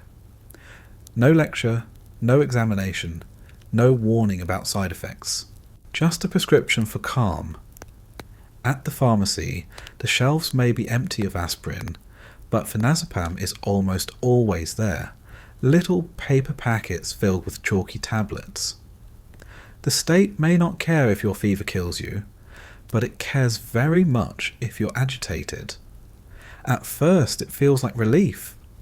You swallow one tablet with tea, lie back on your lumpy mattress, and wait, slowly. The edges of reality blur. The buzzing in your head softens. The weight in your chest lifts. The ceiling loses its cracks. You drift into a heavy, dreamless sleep, deeper than you've had in months. When you wake, the pain is still there. The shortages are still there. But they don't feel as sharp. You're dulled, muted, softened. That's the point. Soon, you notice everyone around you has taken them too. Your neighbour upstairs, who used to shout at his wife until dawn, now sits quietly smoking by the window, eyes glassy. The old woman downstairs, always muttering curses about the party, now hums softly to herself, pills lined neatly on a table. At work, your co-workers swallow them before shifts, not to ease pain, but to ease life. The machines roar, the foreman shouts, but everyone just nods calmly, too sedated to care. Children see their parents swallowing pills like candy, and they learn early this is how adults survive. Not with solutions, not with cures, but with sedation. A quiet nation is a loyal nation, and the Soviet Union becomes very quiet indeed. Phenazepam isn't the only one. Valerian drops, bromides, barbiturates, all flow freely. Pills for nerves, pills for sleep, pills for women's problems, pills for men's exhaustion. Half the population walks around in a haze, not fully awake, not fully asleep, drifting somewhere in between. At family dinners, the tea is passed, the vodka is poured, and then the little tablets appear, swallowed without comment. It's as normal as bread and butter. Side effects? Everyone knows them. Memory lapses, confusion, dependency. People forget entire weeks, stumble through days with no idea what they've done. Men lose their tempers in sudden bursts of rage, then collapse into hours of sleep. Women faint in markets, groggy from too many drops. But no one calls it addiction. Addiction is a capitalist problem. Here it's just medicine. The state likes it this way. A sedated worker doesn't complain about shortages. A sedated mother doesn't demand antibiotics for her child. A sedated student doesn't question the party line. Pills keep the population manageable, softened, easy to steer. Propaganda may fill the air, but sedatives fill the blood, and together they keep the machine running. You try going without them for a few days. The headaches return sharper than ever. You snap at your family, shout at the radio, slam doors, sleep vanishes. Every sound drills into your skull. Every thought races. You can't focus, can't rest, can't cope. Finally, you give in. You swallow another tablet, and within an hour, you're calm again. You hate the dependency, but you hate the chaos more. And so the cycle begins. Some people go further. They don't just take one at night, they take them all day. Half a tablet with breakfast, another at lunch, 2 before bed. Their speech slows, their movements drag, their eyes glaze permanently. They become ghosts of themselves, drifting through life without sharp edges, without protest, without hope. Everyone knows someone like this. Everyone pretends it's fine. Even dissidents aren't immune. The state has a special use for sedatives in psychiatry. Protest too loudly, question too openly, criticize too publicly, and you might find yourself in a psychiatric ward diagnosed with sluggish schizophrenia, a condition unique to Soviet medicine. The cure? Heavy doses of sedatives. Phenazepam, chlorpromazine, haloperidol. Enough to turn fiery dissidents into drooling patients, their resistance drowned in chemistry. It's punishment disguised as treatment, control disguised as care. You hear whispers about it. A man in your district who passed out after speaking against the party. A woman who returned from the hospital unable to string sentences together. Everyone knows the power of pills isn't just to soothe, it's to silence. And silence is the real goal. Meanwhile, the rest of the world looks on. Western doctors use benzodiazepines cautiously, sparingly. In the Soviet Union, phenazepam becomes a staple, handed out like aspirin. In fact, more available than aspirin. People joke bitterly, can't cure your fever, but at least you'll be too calm to care about it. Like most Soviet jokes, it's funny because it's true. You sit at your table staring at the little packet in your hand. Chalky white pills, so small, so ordinary. They don't cure your illness, they don't fix your pain, but they make it tolerable.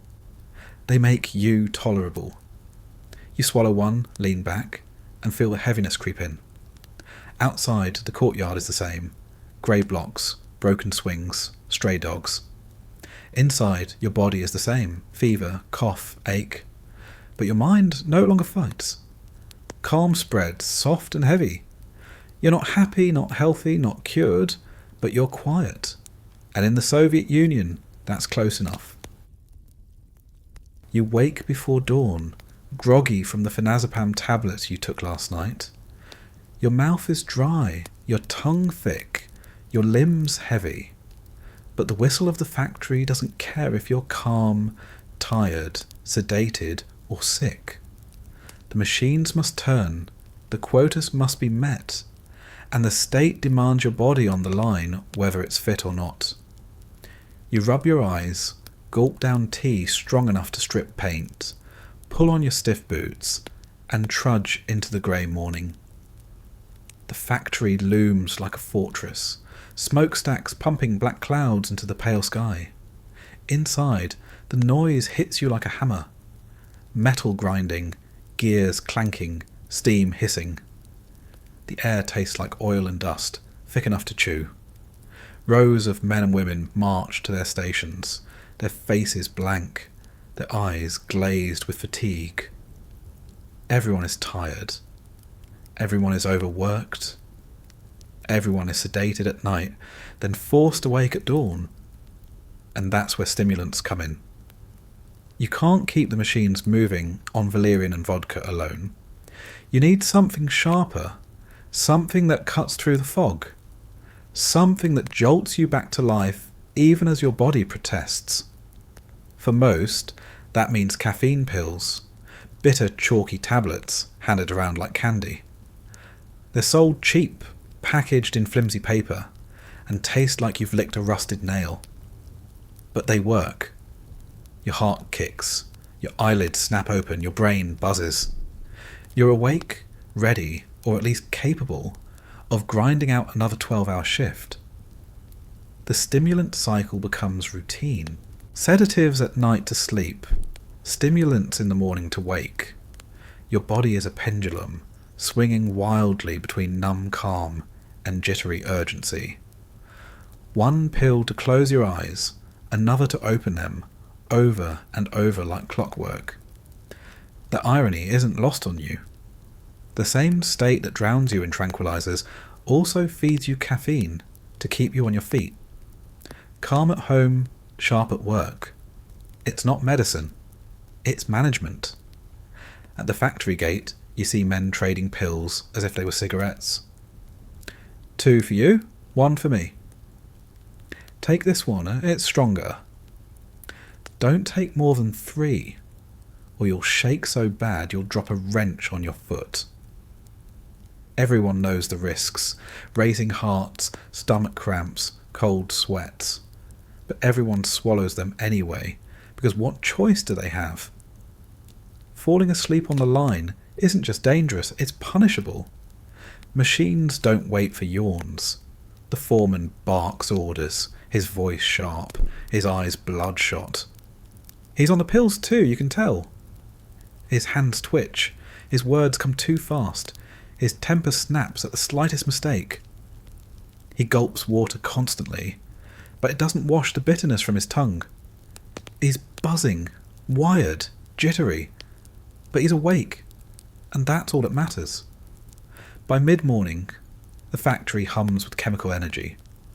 Workers slam levers, weld joints, haul parts, their bodies trembling but functional.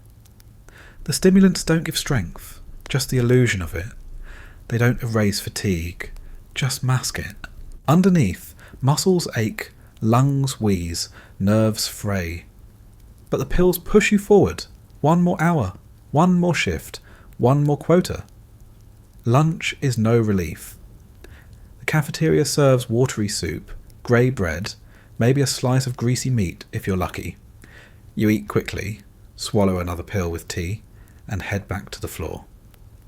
The machines roar again, drowning out thought, drowning out complaints. Time blurs. The only way you mark the hours is by the tablets dissolving on your tongue.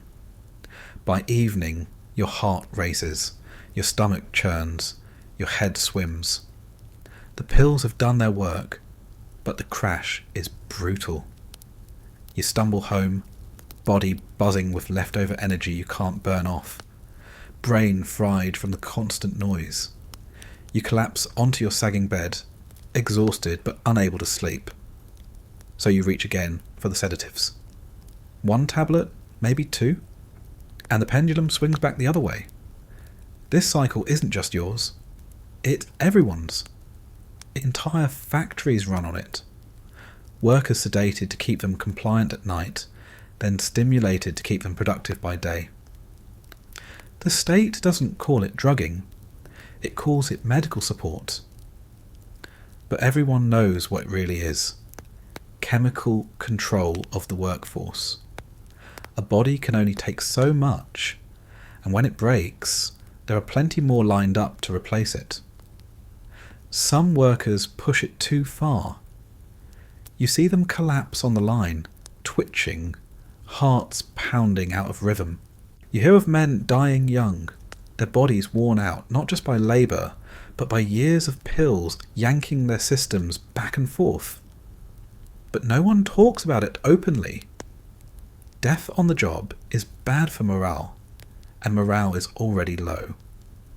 The machines keep grinding, the quotas keep rising, and the pills keep circulating.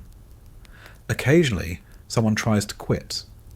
They say no to the pills, try to rely on tea, on willpower. It never lasts. The fatigue is too heavy, the pressure too strong. A week later, they're back in line, hand outstretched, swallowing the bitter chalk with a grimace. No one escapes the cycle for long. Outside the factory, stimulants bleed into daily life. Students cram for exams with caffeine pills, their desks littered with empty wrappers. Drivers pop them before long shifts, their hands gripping the wheel as their eyes dart too fast. Soldiers swallow them before night patrols, rifles shaking slightly as their bodies buzz. The pills are everywhere, cheap and plentiful, one of the few things the state seems capable of producing in abundance. You wonder sometimes if the state designed it this way.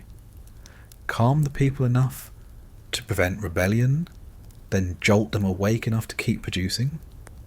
Sedatives for obedience, stimulants for output. It's a chemical balance that keeps the system running, at least on the surface. Underneath, bodies rot, nerves fray, lives shorten. But the reports look good, the quotas are met, the medals are won. And that's what matters to the party. At night, you lie in bed, body trembling from the day's pills, brain struggling to slow down. You reach for the sedative packet, swallow another chalky tablet, and wait for the calm to sink in. Tomorrow, you'll need the stimulants again. Tomorrow the machines will roar again. Tomorrow the cycle will repeat. And as you drift off, you realise the cruel truth. In the Soviet Union, you're not just a worker, you're a machine. And like any machine, you run not on rest or repair, but on whatever fuel the state shoves down your throat, whether it calms you, jolts you, or slowly grinds you into dust. You've survived the factory floor only to stumble home, collapse onto your sagging bed, and wonder how anyone in this country learns enough to operate the machines, let alone enough to compete with the West in science, engineering, or space. But somehow the Soviet Union churns out students, engineers, mathematicians, and physicists, many of them brilliant. And behind their success isn't just discipline, determination, or the constant fear of failure. Behind it all is a quiet, buzzing economy built not on rubles, not on sausage, not even on vodka, but on caffeine pills. If the factory floor runs on stimulants, the classroom does too. Exams in the Soviet Union aren't just tests of knowledge, they're survival gauntlets. A failed exam can mean losing your chance at university, which means losing your ticket out of the factory floor, out of the mud-soaked collective farm, out of the endless queues. Education is one of the few escape routes available, so the pressure is suffocating. And when the pressure rises, so does demand for anything that keeps you awake long enough to memorize another page of Lenin's speeches, or differential equations scribbled in faded ink. You walk into a dormitory the night before finals. The air is thick with smoke from cheap cigarettes, pages of textbooks scattered across every surface, tea brewing endlessly in chipped kettles. Students sit hunched at desks, on beds on the floor, eyes wide, faces pale. Some mumble formulas under their breath, others scribble notes by hand until their fingers cramp. And everywhere, in every pocket, on every desk, little paper packets of caffeine pills. They're cheap, easy to get, sold openly in pharmacies even when aspirin isn't. The tablets are small, white, bitter as regret. You swallow one, gag at the taste, then wait. Within 20 minutes, your eyelids stop drooping. Your mind sharpens. You feel almost alive again, ready to cram another 100 pages into your skull. Around you, the whole dormitory hums with the same artificial alertness, like a hive buzzing too fast. The caffeine economy has its own rules. Everyone knows who has the best stock, who managed to buy extra, who is willing to trade. A packet of pills can be worth a pack of cigarettes, a bar of chocolate, a favour during group projects. The unlucky ones who didn't stock up beg their classmates for a spare tablet. The stingier ones hoard them, slipping one under their tongue only when no one is looking. In exam season, caffeine becomes currency more valuable than rubles. You pop another pill. Your hands shake slightly, your stomach churns, but your brain feels electric. Equations that blurred before now make sense. Pages of text imprint themselves as if burned into your eyes. You feel like you could conquer the world, or at least the test. Then, 4 hours later, you crash. Your eyelids droop again, your mind turns foggy, and your body begs for rest. But you can't rest. Not yet. So you swallow another. And another. By midnight, the dormitory is a madhouse. Some students are wired, pacing the halls, muttering formulas like lunatics. Others are slumped on their desks, heads buried in books, twitching from exhaustion but still awake. A few are curled in corners, clutching their stomachs, vomiting from too many pills. No one stops. No one dares.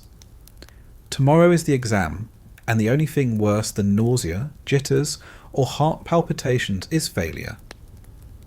Professors know, of course. They see the glassy eyes, the trembling hands, the frantic energy. They don't care. Maybe they even approve. After all, the party loves good scores, loves records, loves statistics showing Soviet students surpassing the West. If a few hearts give out along the way, if a few students collapse mid-exam, that's just collateral damage in the great race to prove superiority. You sit in the exam hall the next morning, your body buzzing with caffeine, your head pounding, your stomach a pit of acid. The proctor drones instructions while you clutch your pen so tightly your knuckles turn white. You flip the paper over and stare. For a terrifying moment, your brain freezes, blank. Then the pills kick again. Words blur into focus, formulas surface, answers spill onto the page in frantic scribbles. You're not sure if you're thinking clearly or just hallucinating clarity, but you keep writing, hand cramping, sweat dripping. Hours later, the exam is done. You stagger out into the sunlight, eyelids heavy, heart still racing. Some classmates cheer, others collapse on the steps, clutching their stomachs, muttering that they'll never take another pill again. By evening, everyone is back in the dormitory, tea brewing, books open, pills lined up. Because there's always another test, another hurdle, another battle against exhaustion. Addiction creeps in quietly. Students start taking caffeine pills, not just during exams, but every week, then every day. Classes at 8 in the morning? Pills? Essays due at midnight? Pills? Boring lecture on Marxist economic theory? Pills. Soon, half the student body walks around jittery, wide-eyed, trembling, their hands shaking so badly they spill tea on their notes. They laugh about it, joke that their hearts are running 5 years ahead of schedule. But underneath, everyone knows it's not sustainable. Still, no one stops. Because stopping means falling behind, and falling behind means losing your future. Parents shake their heads when they hear the stories, but they understand. They remember their own days of exams, their own nights fueled by weak tea and stronger pills. They know the cycle doesn't end with graduation. At work, stimulants keep you moving. At home, sedatives keep you quiet. The state trains you young to swing between the two. A lifetime pendulum of chemical management. You sit at your desk, textbook spread around you, another packet of pills in your pocket. Your hands tremble, your stomach burns, your eyes ache, but your mind races, pages fly, formulas stick. You swallow another, lean back, and keep going. Because in the Soviet Union, education isn't just knowledge, it's survival. And survival doesn't come from rest or balance. It comes from pills traded in whispers, swallowed in desperation, washed down with bitter tea. By the time you graduate, your body is wrecked. Your nerves are shot, your stomach scarred, your sleep cycle shattered. But you have a diploma. You have a chance, however small, to climb out of the mud and smoke. And in a country where aspirin is rumour, but caffeine is abundant, that feels like victory. For now, you close your books, swallow one last pill, and stumble toward bed. Tomorrow it starts again. You've seen the factory floor. You've seen the exam halls. You've seen the pharmacy lines that go nowhere, and the hospital wards that smell like disinfectant and despair. But if there's one place where the Soviet system truly exposes its contradictions, it's in the army. Because in the barracks, medicine is both primitive and excessive, absent and overflowing, brutal and absurd all at once. You wake up in a drafty barracks, boots lined neatly under your cot, the air thick with the smell of unwashed uniforms, sweat and cheap tobacco. The sergeant barks you awake before dawn, and you swing your legs over the side, still aching from yesterday's drills. Your head pounds from the vodka ration you were issued the night before. A bonus, they called it, though it felt more like punishment in liquid form. In the Soviet military, vodka isn't just for celebration. It's medicine, fuel, and anesthetic all rolled into one. Every soldier gets his share. Daily ration isn't always written into the schedule, but it's understood. A shot before guard duty to steady the nerves. A shot after long marches to numb the blisters. A shot before being shoved into tanks, planes or trenches to quiet the buzzing terror in your skull. Vodka becomes as routine as bread, as expected as boots. It warms your chest in the freezing cold, softens your brain during endless drills, and makes you obedient enough to keep moving when your body is already breaking. It's not just about keeping spirits up. Vodka is cheaper than proper medicine, easier to distribute than real sedatives, more reliable than the pharmacy system. When soldiers get sick, vodka compresses are slapped onto their foreheads. When wounds fester, vodka is poured directly into them, the sting treated as proof of cure. When morale collapses, vodka flows like water, transforming despair into drunken songs shouted under the stars. But vodka is only half the story. The other half lies in the locked cabinets of the military infirmaries, where vials of morphine wait behind dusty glass. Officially, morphine is reserved for battlefield wounds, the worst injuries, the moments when pain must be silenced so a man can keep moving. Unofficially, its use is clouded in rumour and mystery. You hear stories from veterans, whispers about soldiers injected before being shoved into hopeless battles, their minds fogged, their bodies numb, their fear drowned in opiates so they charge forward without hesitation. You hear about medics doling out morphine like candy in Afghanistan, needles pressed into shaking arms to keep men steady as the rockets fell around them. You hear about injured men left behind, not because they were too weak, but because the vials had run out. And without morphine, their screams gave away positions. Morphine is scarce, but not equally scarce. Officers always seem to have it when needed. High-ranking soldiers too, but for the grunts, the conscripts pulled from villages and factories, it's vodka and bandages, maybe aspirin if the medic was lucky at the pharmacy. The morphine cabinet stays locked, the key guarded, the vials saved for those the state values most. When morphine does appear, it feels like magic. A shattered leg, a bullet wound, a body writhing in agony, and then a needle slides in, and silence.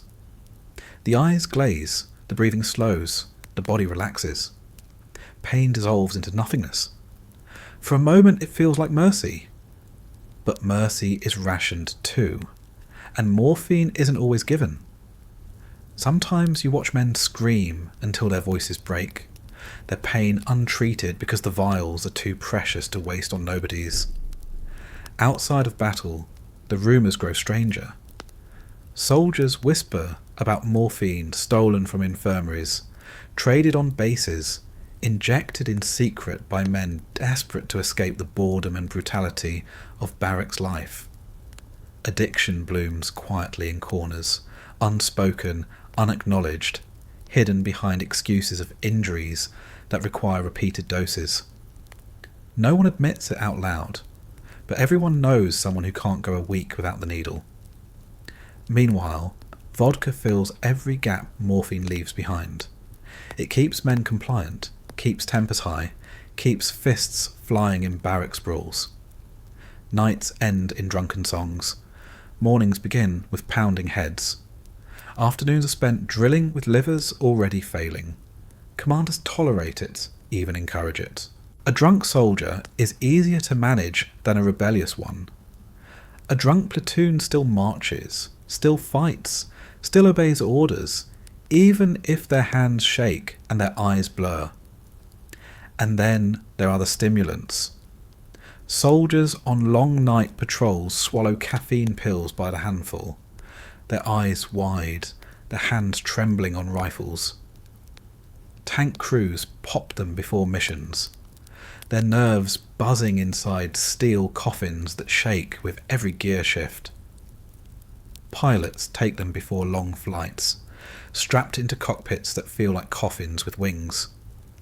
The pills don't erase fear, but they stretch the body past its limits, make exhaustion feel survivable, make the impossible just barely possible. The cocktail becomes routine. Vodka to calm, stimulants to push forwards, morphine to silence pain when the body breaks. Soldiers become walking pharmacies, their veins carrying state policy more than blood. They march on orders, yes, but also on chemistry. You imagine yourself on the front lines in Afghanistan, dust swirling, gunfire echoing through the mountains. The air smells of sweat, oil, and fear. Your boots sink into dirt. Your rifle shakes in your hands. The sergeant shouts, "You swallow another pill." Someone shoves a shot of vodka into your mouth, and you keep moving.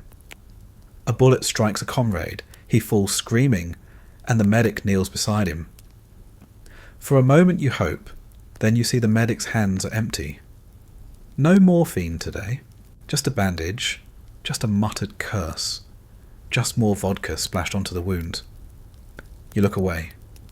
You keep walking. Back home, veterans return with broken bodies and haunted eyes. Some limp from untreated wounds. Others cough from lungs scarred by dust and smoke. Many carry bottles of vodka wherever they go, drowning memories in the only medicine the state never runs out of. A few whisper about morphine, about the dreams it gave, about the emptiness it left behind. They don't admit the addiction, but you can see it in their shaking hands, their hollow eyes. And the state doesn't talk about any of it. Official papers show healthy soldiers, brave victories, medals pinned on strong chests. Vodka rations are called tradition. Morphine is called medical necessity. Stimulants aren't mentioned at all. The truth, like the soldiers themselves, is buried quietly. One more sacrifice in the endless grind of history. You sit now in your cramped apartment, sipping weak tea, listening to the radio blare news of military triumphs. The announcer speaks of strength, of glory, of discipline. You glance at the empty vodka bottle on your shelf, the crumpled caffeine pill wrappers in your pockets, the stories you've heard from men who never came back the same. And you realise the announcer left out the real recipe for Soviet victory. not just steel and sweat, but vodka, morphine, and pills. Swallowed in silence, injected in shadows, traded in whispers. And if the state can drug its soldiers into obedience, what chance does anyone else have? You've seen how medicine in the Soviet Union really works. Pharmacies with empty shelves, doctors bribed with sausage and vodka, grandmothers stuffing garlic into socks, students buzzing on caffeine pills, soldiers marching on vodka rations and mystery injections. Everywhere, chemistry seeps into daily life, not as cure, not as progress, but as coping. And behind it all, behind the official speeches about health and vigour, behind the posters of smiling athletes and strong workers, there's a silent epidemic: addiction. Not the kind anyone will admit, of course. Officially, addiction doesn't exist here. That's a capitalist problem. In Soviet reality, people are strong, disciplined, devoted to the collective good. Weakness like dependency belongs to the West, where spoiled citizens gorge on luxuries. At least that's what the slogans say. But when you step out into your courtyard, when you climb the stairwell of your apartment block, when you sit in the dimly lit kitchen at 3 a.m. with your neighbour, you see the truth. Addiction is everywhere. It's just hiding in plain sight. Take vodka, the national anaesthetic.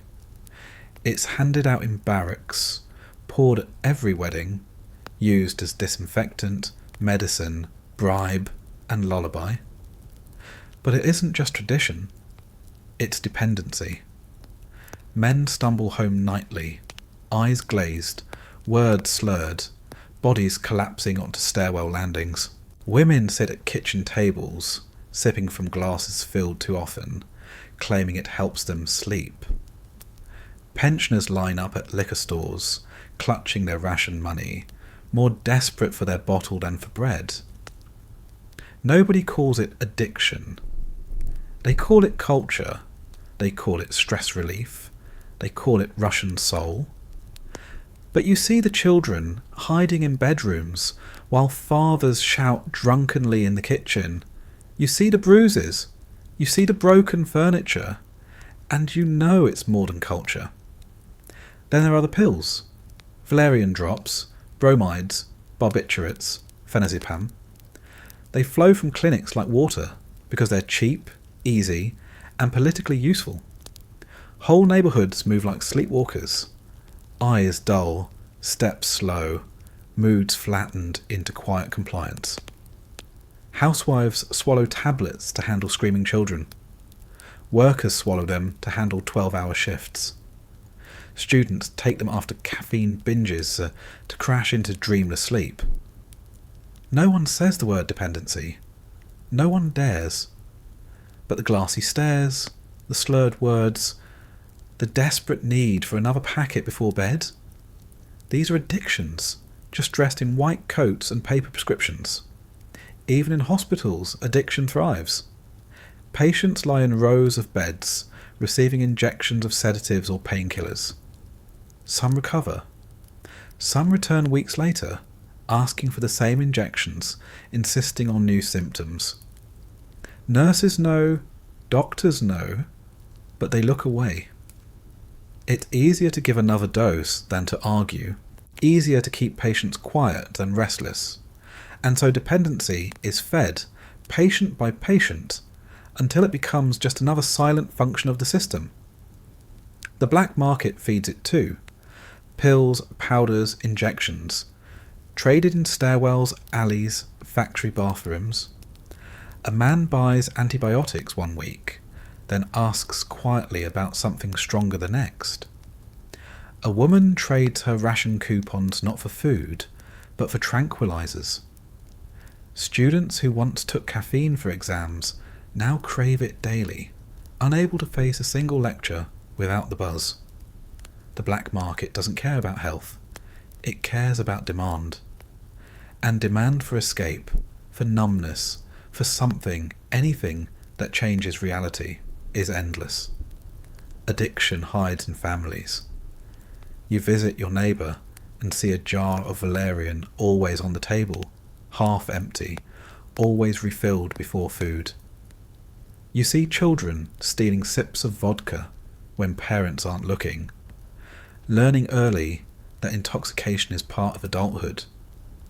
You see grandmothers boiling herbs stronger than tea, sipping them nightly, insisting it's for the nerves. You see men hiding bottles in toolboxes, women hiding pills in sewing kits. Everyone hides something, everyone needs something, and yet no one talks. The state doesn't allow the word alcoholic. Instead it calls them citizens with misused tendencies. Clinics don't offer real treatment, just lectures about discipline, patriotism, and shame. Newspapers don't publish stories about overdose, dependency, or withdrawal. They publish jokes about drunk uncles, satire about tipsy bureaucrats, little winks at the Russian love for vodka. Humour is safer than honesty, but you see the cost. The broken teeth, the jaundiced skin, the trembling hands. Men in their 40s who look 70. Women in their 30s who've lost years to pills. Children raised in households where the only medicine is intoxication, where the only cure for pain is numbness. The official statistics boast about healthcare coverage. The unofficial truth sits slumped in stairwells, glass bottles rolling at their feet. The army breeds its own addictions. Soldiers return from Afghanistan with hollow eyes, clutching bottles, whispering about morphine dreams they can't forget. Some inject whatever they can get. Stolen vials, diluted solutions, chasing the calm they once knew. Others drown themselves in vodka until their memories blur. Their families don't know how to help. The state doesn't admit they exist. And so they vanish into stairwells, into alleys, into silence. Even in the world of athletes, the shining stars of Soviet propaganda, addiction festers. Steroids pumped into their veins leave them restless, aggressive, broken. Tranquilizers handed out before competitions lead to dependency, withdrawal, collapse. Retired champions limp through life, addicted to the very chemistry that once made them symbols of strength. The state hides their weakness, parading only the medals, never the price. You sit at your kitchen table late at night, the weak bulb flickering overhead, a chipped glass in front of you. You tell yourself one drink will help you sleep, one pill will ease your nerves, one more won't hurt. You've told yourself this before. So has everyone else. It's not weakness, you say, it's survival. Tomorrow you'll stand in line again, work again, bribe again, cope again. Tonight, you just need relief.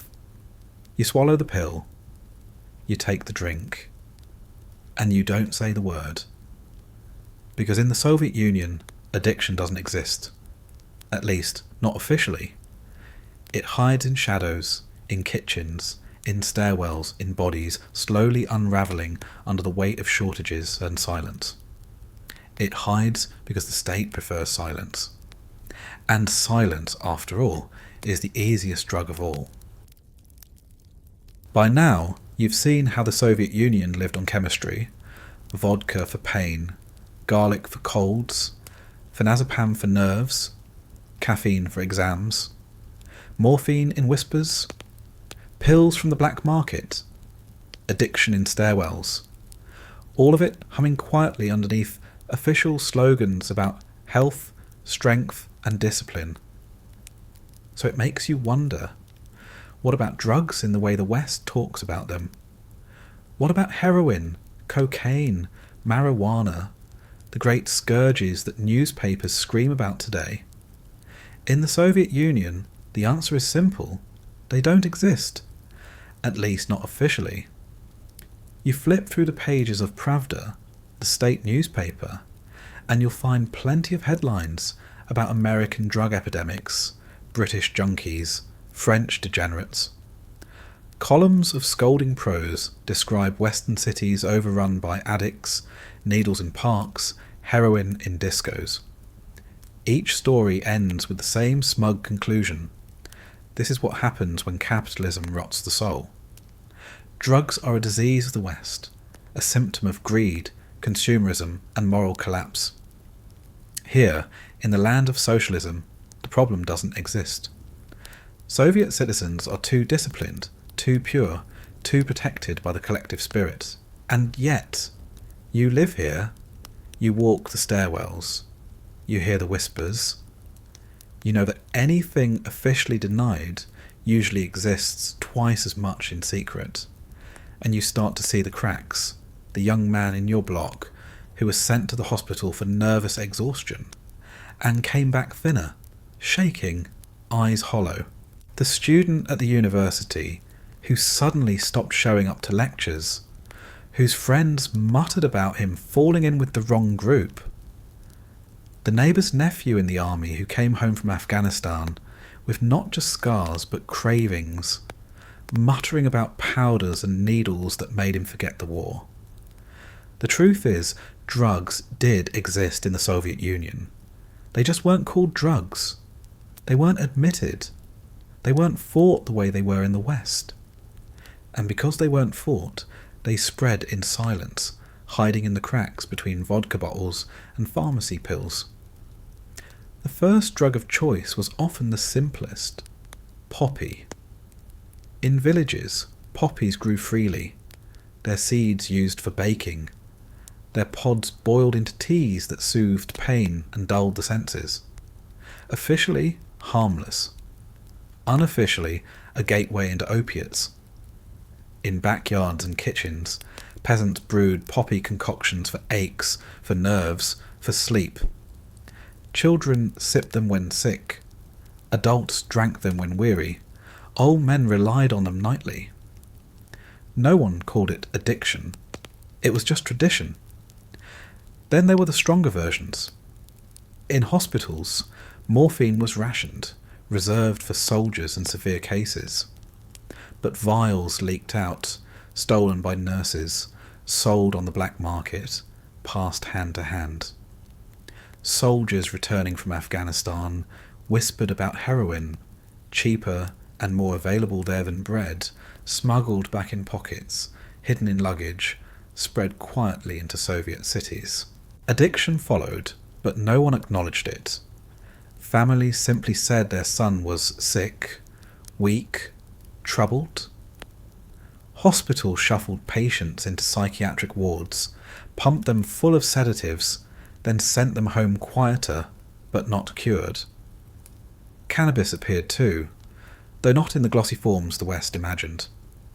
In Central Asia, hashish had centuries of history. In Uzbekistan, Kazakhstan, Kyrgyzstan, it grew in fields, sold in bazaars, smoked in pipes. Locals used it casually, like vodka elsewhere. The state knew, but didn't shout too loudly. Too many regions relied on it quietly. Too many soldiers brought it back. Too many young men in dormitories passed it around behind locked doors. Officially, it was rare. Unofficially, it was there if you knew where to ask. Cocaine was rarer, exotic, whispered about as something only party elites or black market aristocrats might sniff at late-night gatherings. Most people never saw it, never even knew what it looked like, but rumours swirled. In Moscow, someone's cousin swore they saw a man in a shiny car carrying little packets. In Leningrad, someone whispered that a theatre actor got his energy not from caffeine, but from something far stronger. It was always whispers, never confirmation, always hidden under vodka's louder roar. The state didn't fight drugs the way the West did, because it didn't admit they existed. There were no massive public campaigns, no slogans about just say no, no school lectures about the dangers of heroin. Children were warned about alcohol, sometimes. They were warned about laziness, disobedience, capitalism. But narcotics? They were never mentioned. And so when young people stumbled into them, through poppy brews, Afghan heroin, black market morphine, they did so without knowledge, without warnings, without any sense of what they were taking. When the state did notice, it framed it as moral failing, not a medical crisis. A drug user wasn't sick. They were weak, decadent, corrupted by foreign influence. They needed discipline, not treatment, and so addicts were often sent to psychiatric wards, locked away, sedated, humiliated, sometimes even interrogated as possible spies. Addiction was seen less as a disease than as treason, which meant no one confessed, no one asked for help, no one dared speak the word out loud. You sit in your kitchen, listening to your neighbour whisper about her nephew. He's not himself anymore, she says, staring at the floor. He shakes, sweats, begs for money, disappears for days. She doesn't say the word. You don't say it either. You just nod, sip your tea, mutter something about stress, nerves, exhaustion. The word doesn't exist here, so the problem doesn't either. Meanwhile, vodka flows endlessly, sold cheap, pushed into hands at every turn. Pills flood the pharmacies, sedatives more abundant than antibiotics. Addiction is everywhere, but it hides under the cover of legality. Vodka isn't addiction, it's tradition. Pills aren't addiction, they're medicine. Heroin isn't addiction, it's silence. The West has a war on drugs. The Soviet Union has a shrug, and yet the irony cuts deep. The state condemns the West for decadence, for weakness, for drug epidemics, while quietly producing one of the strongest sedatives in the world, phenazepam, and handing it out like candy. It condemns heroin users abroad while sending its own soldiers into Afghan valleys where heroin was cheaper than tea. It laughs at American addicts while burying its own in psychiatric wards. The propaganda machine insists the problem is foreign, but every addict knows the truth. The war on drugs never happened here because admitting the war meant admitting the enemy lived at home. So you finish your tea, glance at the empty vodka bottle on your shelf, and think about the packets of pills hidden in your drawer. You're not an addict, of course not. No one is. Addiction doesn't exist here. It's just stress, just nerves, just tradition. That's what you'll keep saying, what everyone keeps saying, because silence is easier than honesty, and denial is the cheapest drug of all. You've already seen how Soviet medicine was less about healing and more about coping. Vodka for pain, garlic for tradition, phenazepam for obedience, caffeine for productivity. But what happens when you weren't just sick in body? What if you were sick in loyalty? What if, instead of coughing in stairwells or fainting on the factory floor, you stood in the town square and dared to say something forbidden? Then the Soviet Union had a special cure for you. Not prison, not exile, though those were always options too. No, if you were especially troublesome, especially vocal, they had a different diagnosis ready. You weren't disobedient. You were insane. Welcome to psychiatry as punishment. It begins with a knock on the door at night. 2 men in plain clothes, heavy boots echoing in the stairwell, their voices too calm to sound harmless. They tell you you've been saying dangerous things, criticising the party, questioning the system, mentioning shortages a little too loudly. You deny it, of course, but denial is useless. They've already decided the verdicts. You're not just wrong, you're unwell. The diagnosis they like best is sluggish schizophrenia. It's a condition almost no one outside the Soviet Union has ever heard of, because it was invented right here. The idea was simple. You could be mentally ill even if you seem normal. You could be schizophrenic without hallucinations, delusions, or breaks from reality. Your illness was sluggish, creeping beneath the surface, showing itself only in your stubborn refusal to love the party. Disagreeing with the system wasn't politics, it was madness. So they take you to the psychiatric hospital, not the crumbling local clinic where grandmothers sip valerian tea, but a special institution with tall fences, locked doors, and guards at every corridor. From the outside, it looks like a hospital. Inside, it feels like a prison.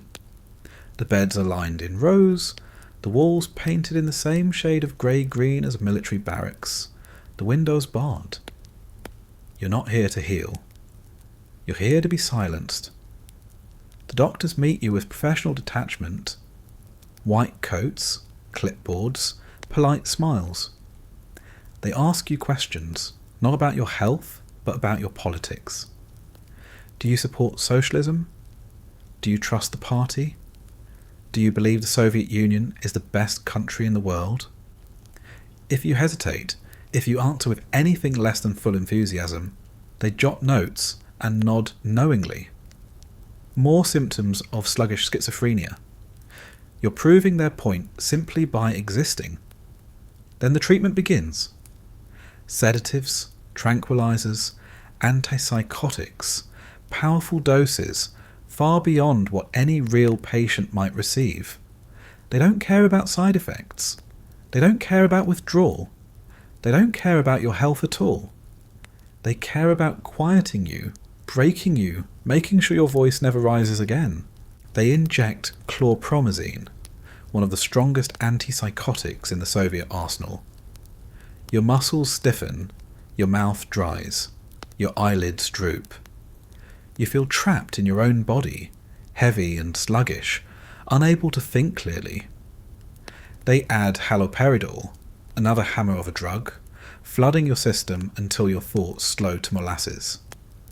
Phenazepam follows, drowning whatever spark of resistance is left, pulling you into a heavy chemical fog.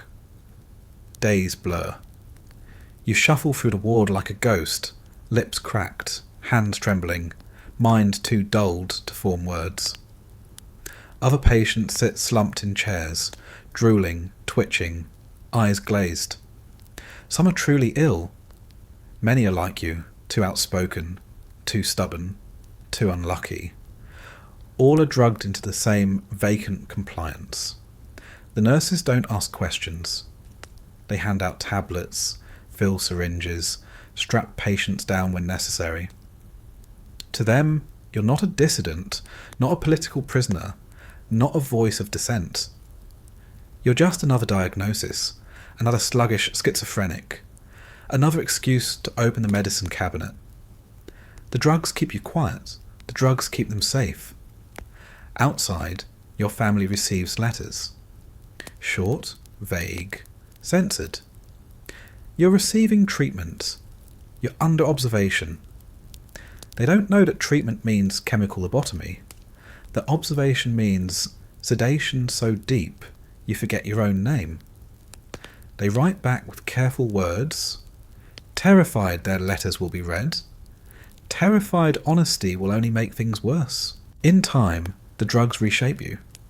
Your body weakens, your memory fractures, your emotions flatten. You lose track of days, weeks, months. Resistance feels impossible. Anger feels distant. Even fear dulls into a faint, lingering hum. You've been chemically erased, your rebellion drowned not in arguments or punishments, but in milligrams. When they finally release you, if they release you, you're not the same. You walk slower, speak softer, stare longer at nothing. Your hands shake, your thoughts stumble, your eyes carry the glazed look of someone still half sedated.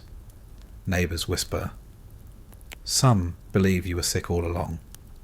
Others know the truth, but stay silent. Either way, you've been marked. No one will trust you with responsibility, with work, with leadership. You've been neutralised, not just politically, but socially. The cruel genius of it all is that the state never admits it imprisoned you. It claims it treated you. You weren't punished. You were healed. You weren't silenced. You were cured. And if you stumble through the rest of your life dazed and broken, that's just proof you needed help all along. You think about the slogans painted on the walls outside. Socialism cares for every citizen. You think about the posters showing smiling doctors and happy patients. You think about the words repeated endlessly on the radio. Health, progress, compassion. And then you remember the taste of chalky pills on your tongue, the sting of injections in your arm, the fog that swallowed your thoughts. Compassion didn't drug you into silence. Power did. And so, in kitchens across the country, people whisper about friends who went away for treatment, about neighbours who got sick with nerves, about uncles who lost themselves in the hospital. No one says the word dissident. No one says the word punishment. They just sip their tea, lower their voices, and remember the lesson. In the Soviet Union, speaking too loudly can make you sick. Officially sick, permanently sick. You sit at your own kitchen table now, packet of phenazepam on the shelf, vodka in your glass, garlic hanging in bunches by the window. You swallow a pill for your nerves, the same way millions do every night. You tell yourself it's medicine, not control. You tell yourself you're free, as long as you don't say too much. And you know, deep down, that silence is the only cure the system truly values.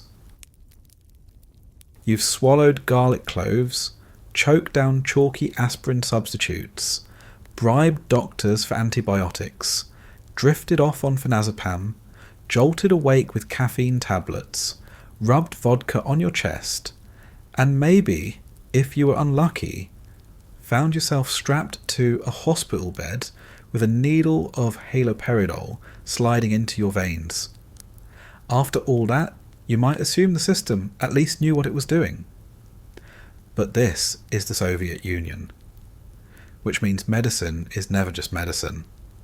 Sometimes it's poison, sometimes it's placebo, sometimes it's a catastrophic experiment gone wrong.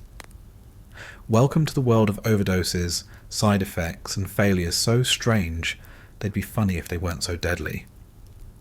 It starts in the pharmacy line, as it always does. You finally get lucky. The clerk pulls a box of pills from beneath the counter, and you nearly weep with relief. Real medicine, actual packaging.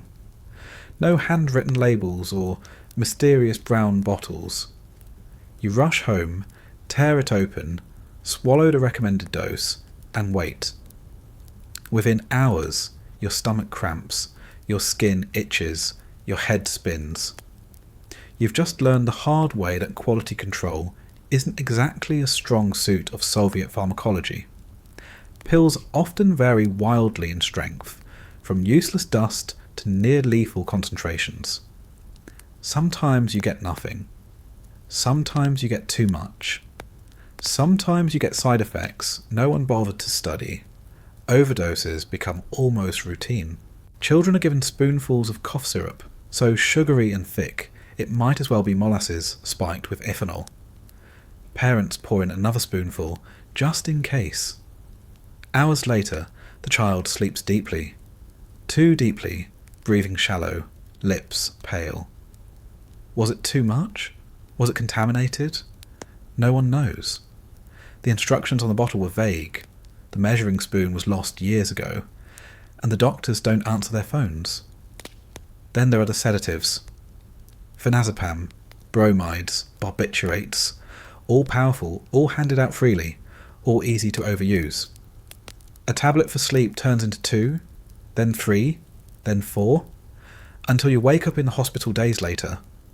Your memory shattered, your body sluggish, your liver permanently scarred. Some don't wake up at all. Officially, it's never reported as overdose. It's sudden illness, cardiac failure, stress.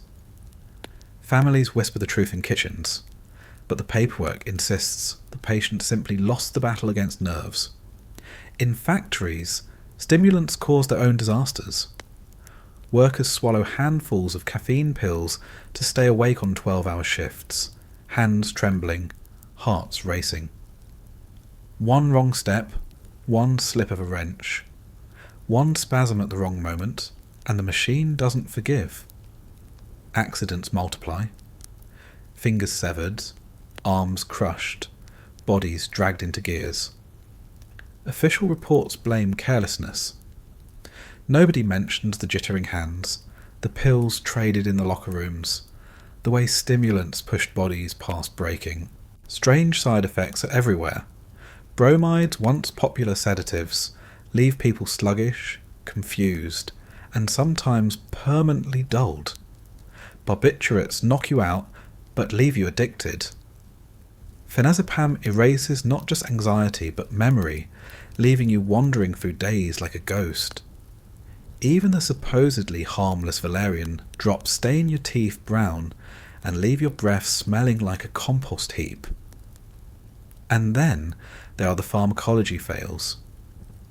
Drugs rushed into production to meet quotas, distributed before proper testing, swallowed by millions. Some work halfway. Others don't work at all. A few actively harm. You swallow what you're given, not because you trust it, but because there's nothing else. Complaining is useless, returning it is impossible, and the alternative is always worse, nothing at all. Hospitals become laboratories for these failures. Patients given injections of new sedatives collapse into catatonic states for weeks.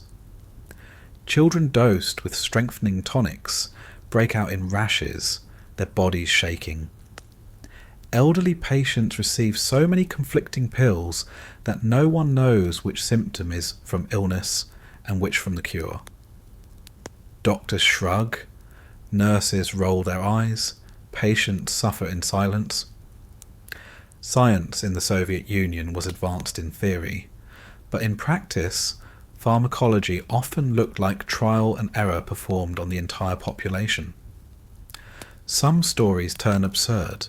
A man prescribed experimental drops for blood pressure suddenly grows uncontrollable muscle twitches. Another patient treated for insomnia with high-dose barbiturates wakes up after 3 days unable to walk straight. A woman treated for female nerves with heavy sedatives ends up hallucinating, seeing party slogans crawl across the wallpaper. Each case is brushed off as coincidence, never systemic. The medicine is always innocent. The patient is always at fault. The black market doesn't help either. Pills smuggled from warehouses, vials stolen from hospitals, tablets swapped in alleys, all repackaged, relabeled, resold. You buy something labelled aspirin, but it might be chalk dust, or it might be double-strength codeine. You buy vitamins, only to discover they expired years ago. Overdoses spike not just because of bad medicine, but because of bad trust. You never know what you're swallowing until it's too late. Children aren't spared. They're dosed with cough syrups laced with alcohol, tonics with questionable ingredients, tranquilizers to keep them quiet during school or travel. Teachers whisper about restless boys calmed with drops, anxious girls muted with tablets. Side effects show up years later: stunted growth, damaged livers, hollow stares. But no one connects them back to the medicine. No one dares. You hear whispers of testing too. Rumours that prisons and psychiatric hospitals served as laboratories for new drugs. Their patients injected without consent. Their reactions logged in notebooks never shown to the public. Overdoses, hallucinations, seizures. All recorded as data, not tragedies. Patients were told it was treatment. In reality, they were guinea pigs, their suffering erased behind locked doors. And yet, through all of this, official propaganda insists Soviet medicine is the best in the world. Posters show smiling children, healthy workers, radiant mothers. Doctors beam proudly in white coats, holding test tubes that gleam with progress. Newspapers boast of breakthroughs, new compounds, new cures. None mention the patients who overdosed in stairwells, the children who slept too deeply, the workers who shook themselves into accidents, the pills that failed more often than they worked. You sit at your kitchen table again, a blister pack in your hand. The pills are small, white, unmarked. They could be aspirin. They could be poison. They could be nothing at all. You turn them over, read the faded label, try to convince yourself you trust it. You swallow one anyway, because the pain in your jaw is unbearable, and because doing nothing feels worse. You lean back, sip your tea, and wait. Will the pain fade? Will your stomach churn? Will your head spin? You don't know. You never know. That's the real story of Soviet medicine. Every swallow is a gamble. Every dose a risk. Every pill a question mark. Overdoses, side effects, failures, they're not accidents. They're the system itself. And the system, like the medicine, was always more dangerous than it claimed. The system collapses almost overnight.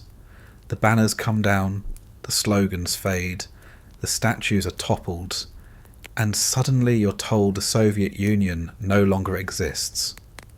You've survived shortages, sedatives, vodka rations, black market pills, and hospital wards that felt more like prisons than places of healing. But when the red flag finally disappears, the chemistry doesn't. The Soviet Union may have died, but the hangover lives on. You wake in the 1990s to chaos. Factories stand silent, paychecks arrive late, or never. Pharmacies that were once merely empty are now flooded with strange new imports. Some real, some fake, all expensive. Overnight, the black market isn't underground anymore. It's everywhere, in kiosks on street corners, in suitcases on trains, in plastic bags sold in crowded bazaars. You can buy American aspirin, German antibiotics, French vitamins, but you can also buy chalk pills, expired stock, counterfeit tablets pressed in someone's basement. The gamble hasn't changed. It's just louder now, more obvious. And then there's the vodka. Always the vodka. With the state gone, with jobs gone, with savings wiped out by inflation, vodka becomes the only constant. The shelves grown with bottles, legal and otherwise. Prices drop, quality plummets. You drink to forget the shortages. You drink to forget the collapse. You drink because everyone else does. But this isn't the carefully measured ration of the barracks or the controlled flow of state stores. This is chaos. Bootleggers flood the streets with home-brewed rotgut, some strong enough to strip paint, some lethal enough to kill in a single glass. Deaths rise, hospitals overflow, but no one calls it addiction. They call it coping. For a while, it feels like the whole country is drunk. Office workers, unemployed men, pensioners, students, everyone stumbles through the streets, bottles clutched, songs slurred. Mortality skyrockets. Life expectancy plummets. A generation raised on sedatives and vodka now faces freedom, and freedom tastes like poison in cheap glass bottles. Meanwhile, the pills keep coming, only now they come with glossy labels and Western advertising. Phenazepam doesn't vanish. It lingers, sold alongside new sedatives mixed with imported tranquilizers, swallowed by millions who never shook the habit. Housewives still pop them at night. Workers still take them after shifts. Students still use caffeine to cram, then sedatives to sleep. Addiction, once denied, now floods the open daylight. Pharmacies sell what the West warns about. No one explains the risks. No one teaches restraint. After years of silence, the floodgates open and the population drowns in choice without guidance. Drugs that were whispered about before, heroin, hashish, cocaine, suddenly explode across the cities. Afghanistan's war spills over. Heroin flowing like rivers through Central Asia, up into Moscow, into St. Petersburg, into crumbling industrial towns where hope has already died. Young men inject in stairwells, veins collapsing, lives burning out before they begin. Families whisper weakness, neighbours whisper shame. But everyone knows it's bigger than weakness. It's despair, packaged in powder, shot through syringes that get shared until disease spread faster than news. HIV begins to climb, but the word itself is taboo, as if silence might make it go away. You walk through your courtyard and see it plainly. Bottles smashed near the benches, teenagers with glassy eyes, old men slumped on steps, women clutching pill packets. The slogans are gone, but the chemistry remains. The Soviet system promised medicine, but delivered vodka and sedatives. The post-Soviet world promises freedom, but delivers chaos and overdoses. The hangover is national, not personal. Doctors adapt badly. They went from prescribing chalk pills and phenazepam to pushing Western imports, often with no training, no caution, no explanation. Patients swallow cocktails of drugs that should never mix. Side effects spike. Overdoses multiply. Pharmacies operate like kiosks, selling anything to anyone with cash. Addiction is finally spoken out loud, but the word doesn't fix anything. It just becomes another headline, another statistic, another problem on a mountain of problems. And yet, the culture doesn't change overnight. Grandmothers still trust garlic. Vodka is still poured on wounds and down throats. Folk remedies live side by side with morphine injections and imported Prozac. A population raised on improvisation keeps improvising. Half science, half superstition, wholly desperate. In kitchens across the country, families reminisce. They laugh bitterly about the shortages, about bribing doctors with sausage, about standing in pharmacy lines for nothing. They joke about valerian breath and garlic socks. They tell stories about morphine in Afghanistan, about sedatives in psychiatric wards, about stimulants on the factory floor. But underneath the laughter, there's a heaviness, because everyone knows they're still living with the aftermath. You sip your tea, strong, bitter, stained from the same chipped glass you've used since the 1980s. On the shelf above you are two bottles, one of vodka, one of imported pills. You know which one you'll reach for tonight, though maybe you'll take both. Because the truth is, after decades of shortages, bribes, black markets, sedation and improvisation, the body remembers. It remembers dependency. It remembers the fog. It remembers the crash. And it demands more. The Soviet Union is gone, but the habits it built remain.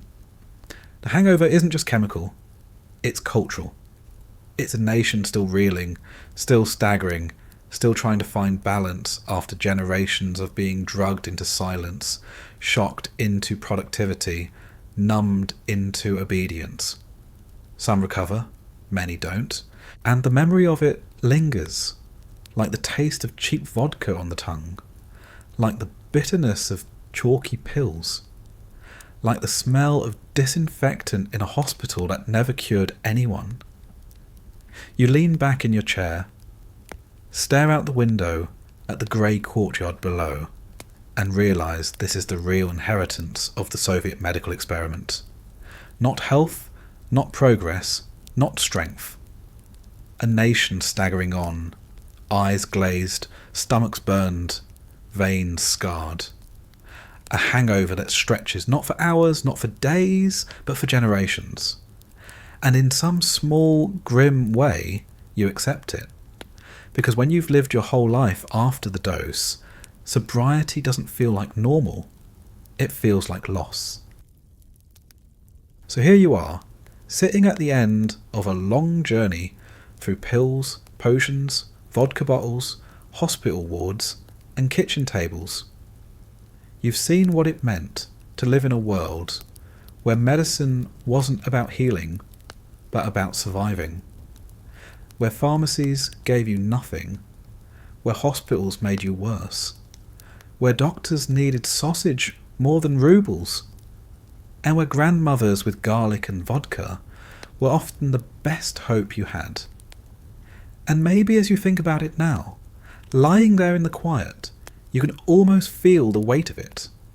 The grey stairwells, the endless queues, the bitter taste of tablets that never worked, the warm burn of vodka swallowed like medicine, the chemical fog that dulled not just pain, but whole lives. A society kept sedated, stimulated, numbed, jolted, but never truly cured.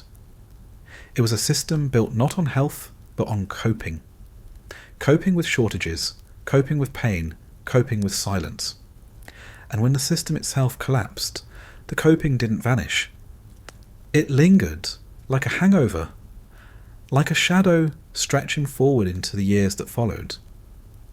So as the night settles deeper around you, and your body sinks heavier into the bed, let yourself drift a little. Let the noises fade. Let the endless stairwells, the empty pharmacies, the flickering hospital lights dissolve into nothing. The story of that world has been told. The only thing left now is quiet. And maybe that quiet is the one real medicine that never ran out.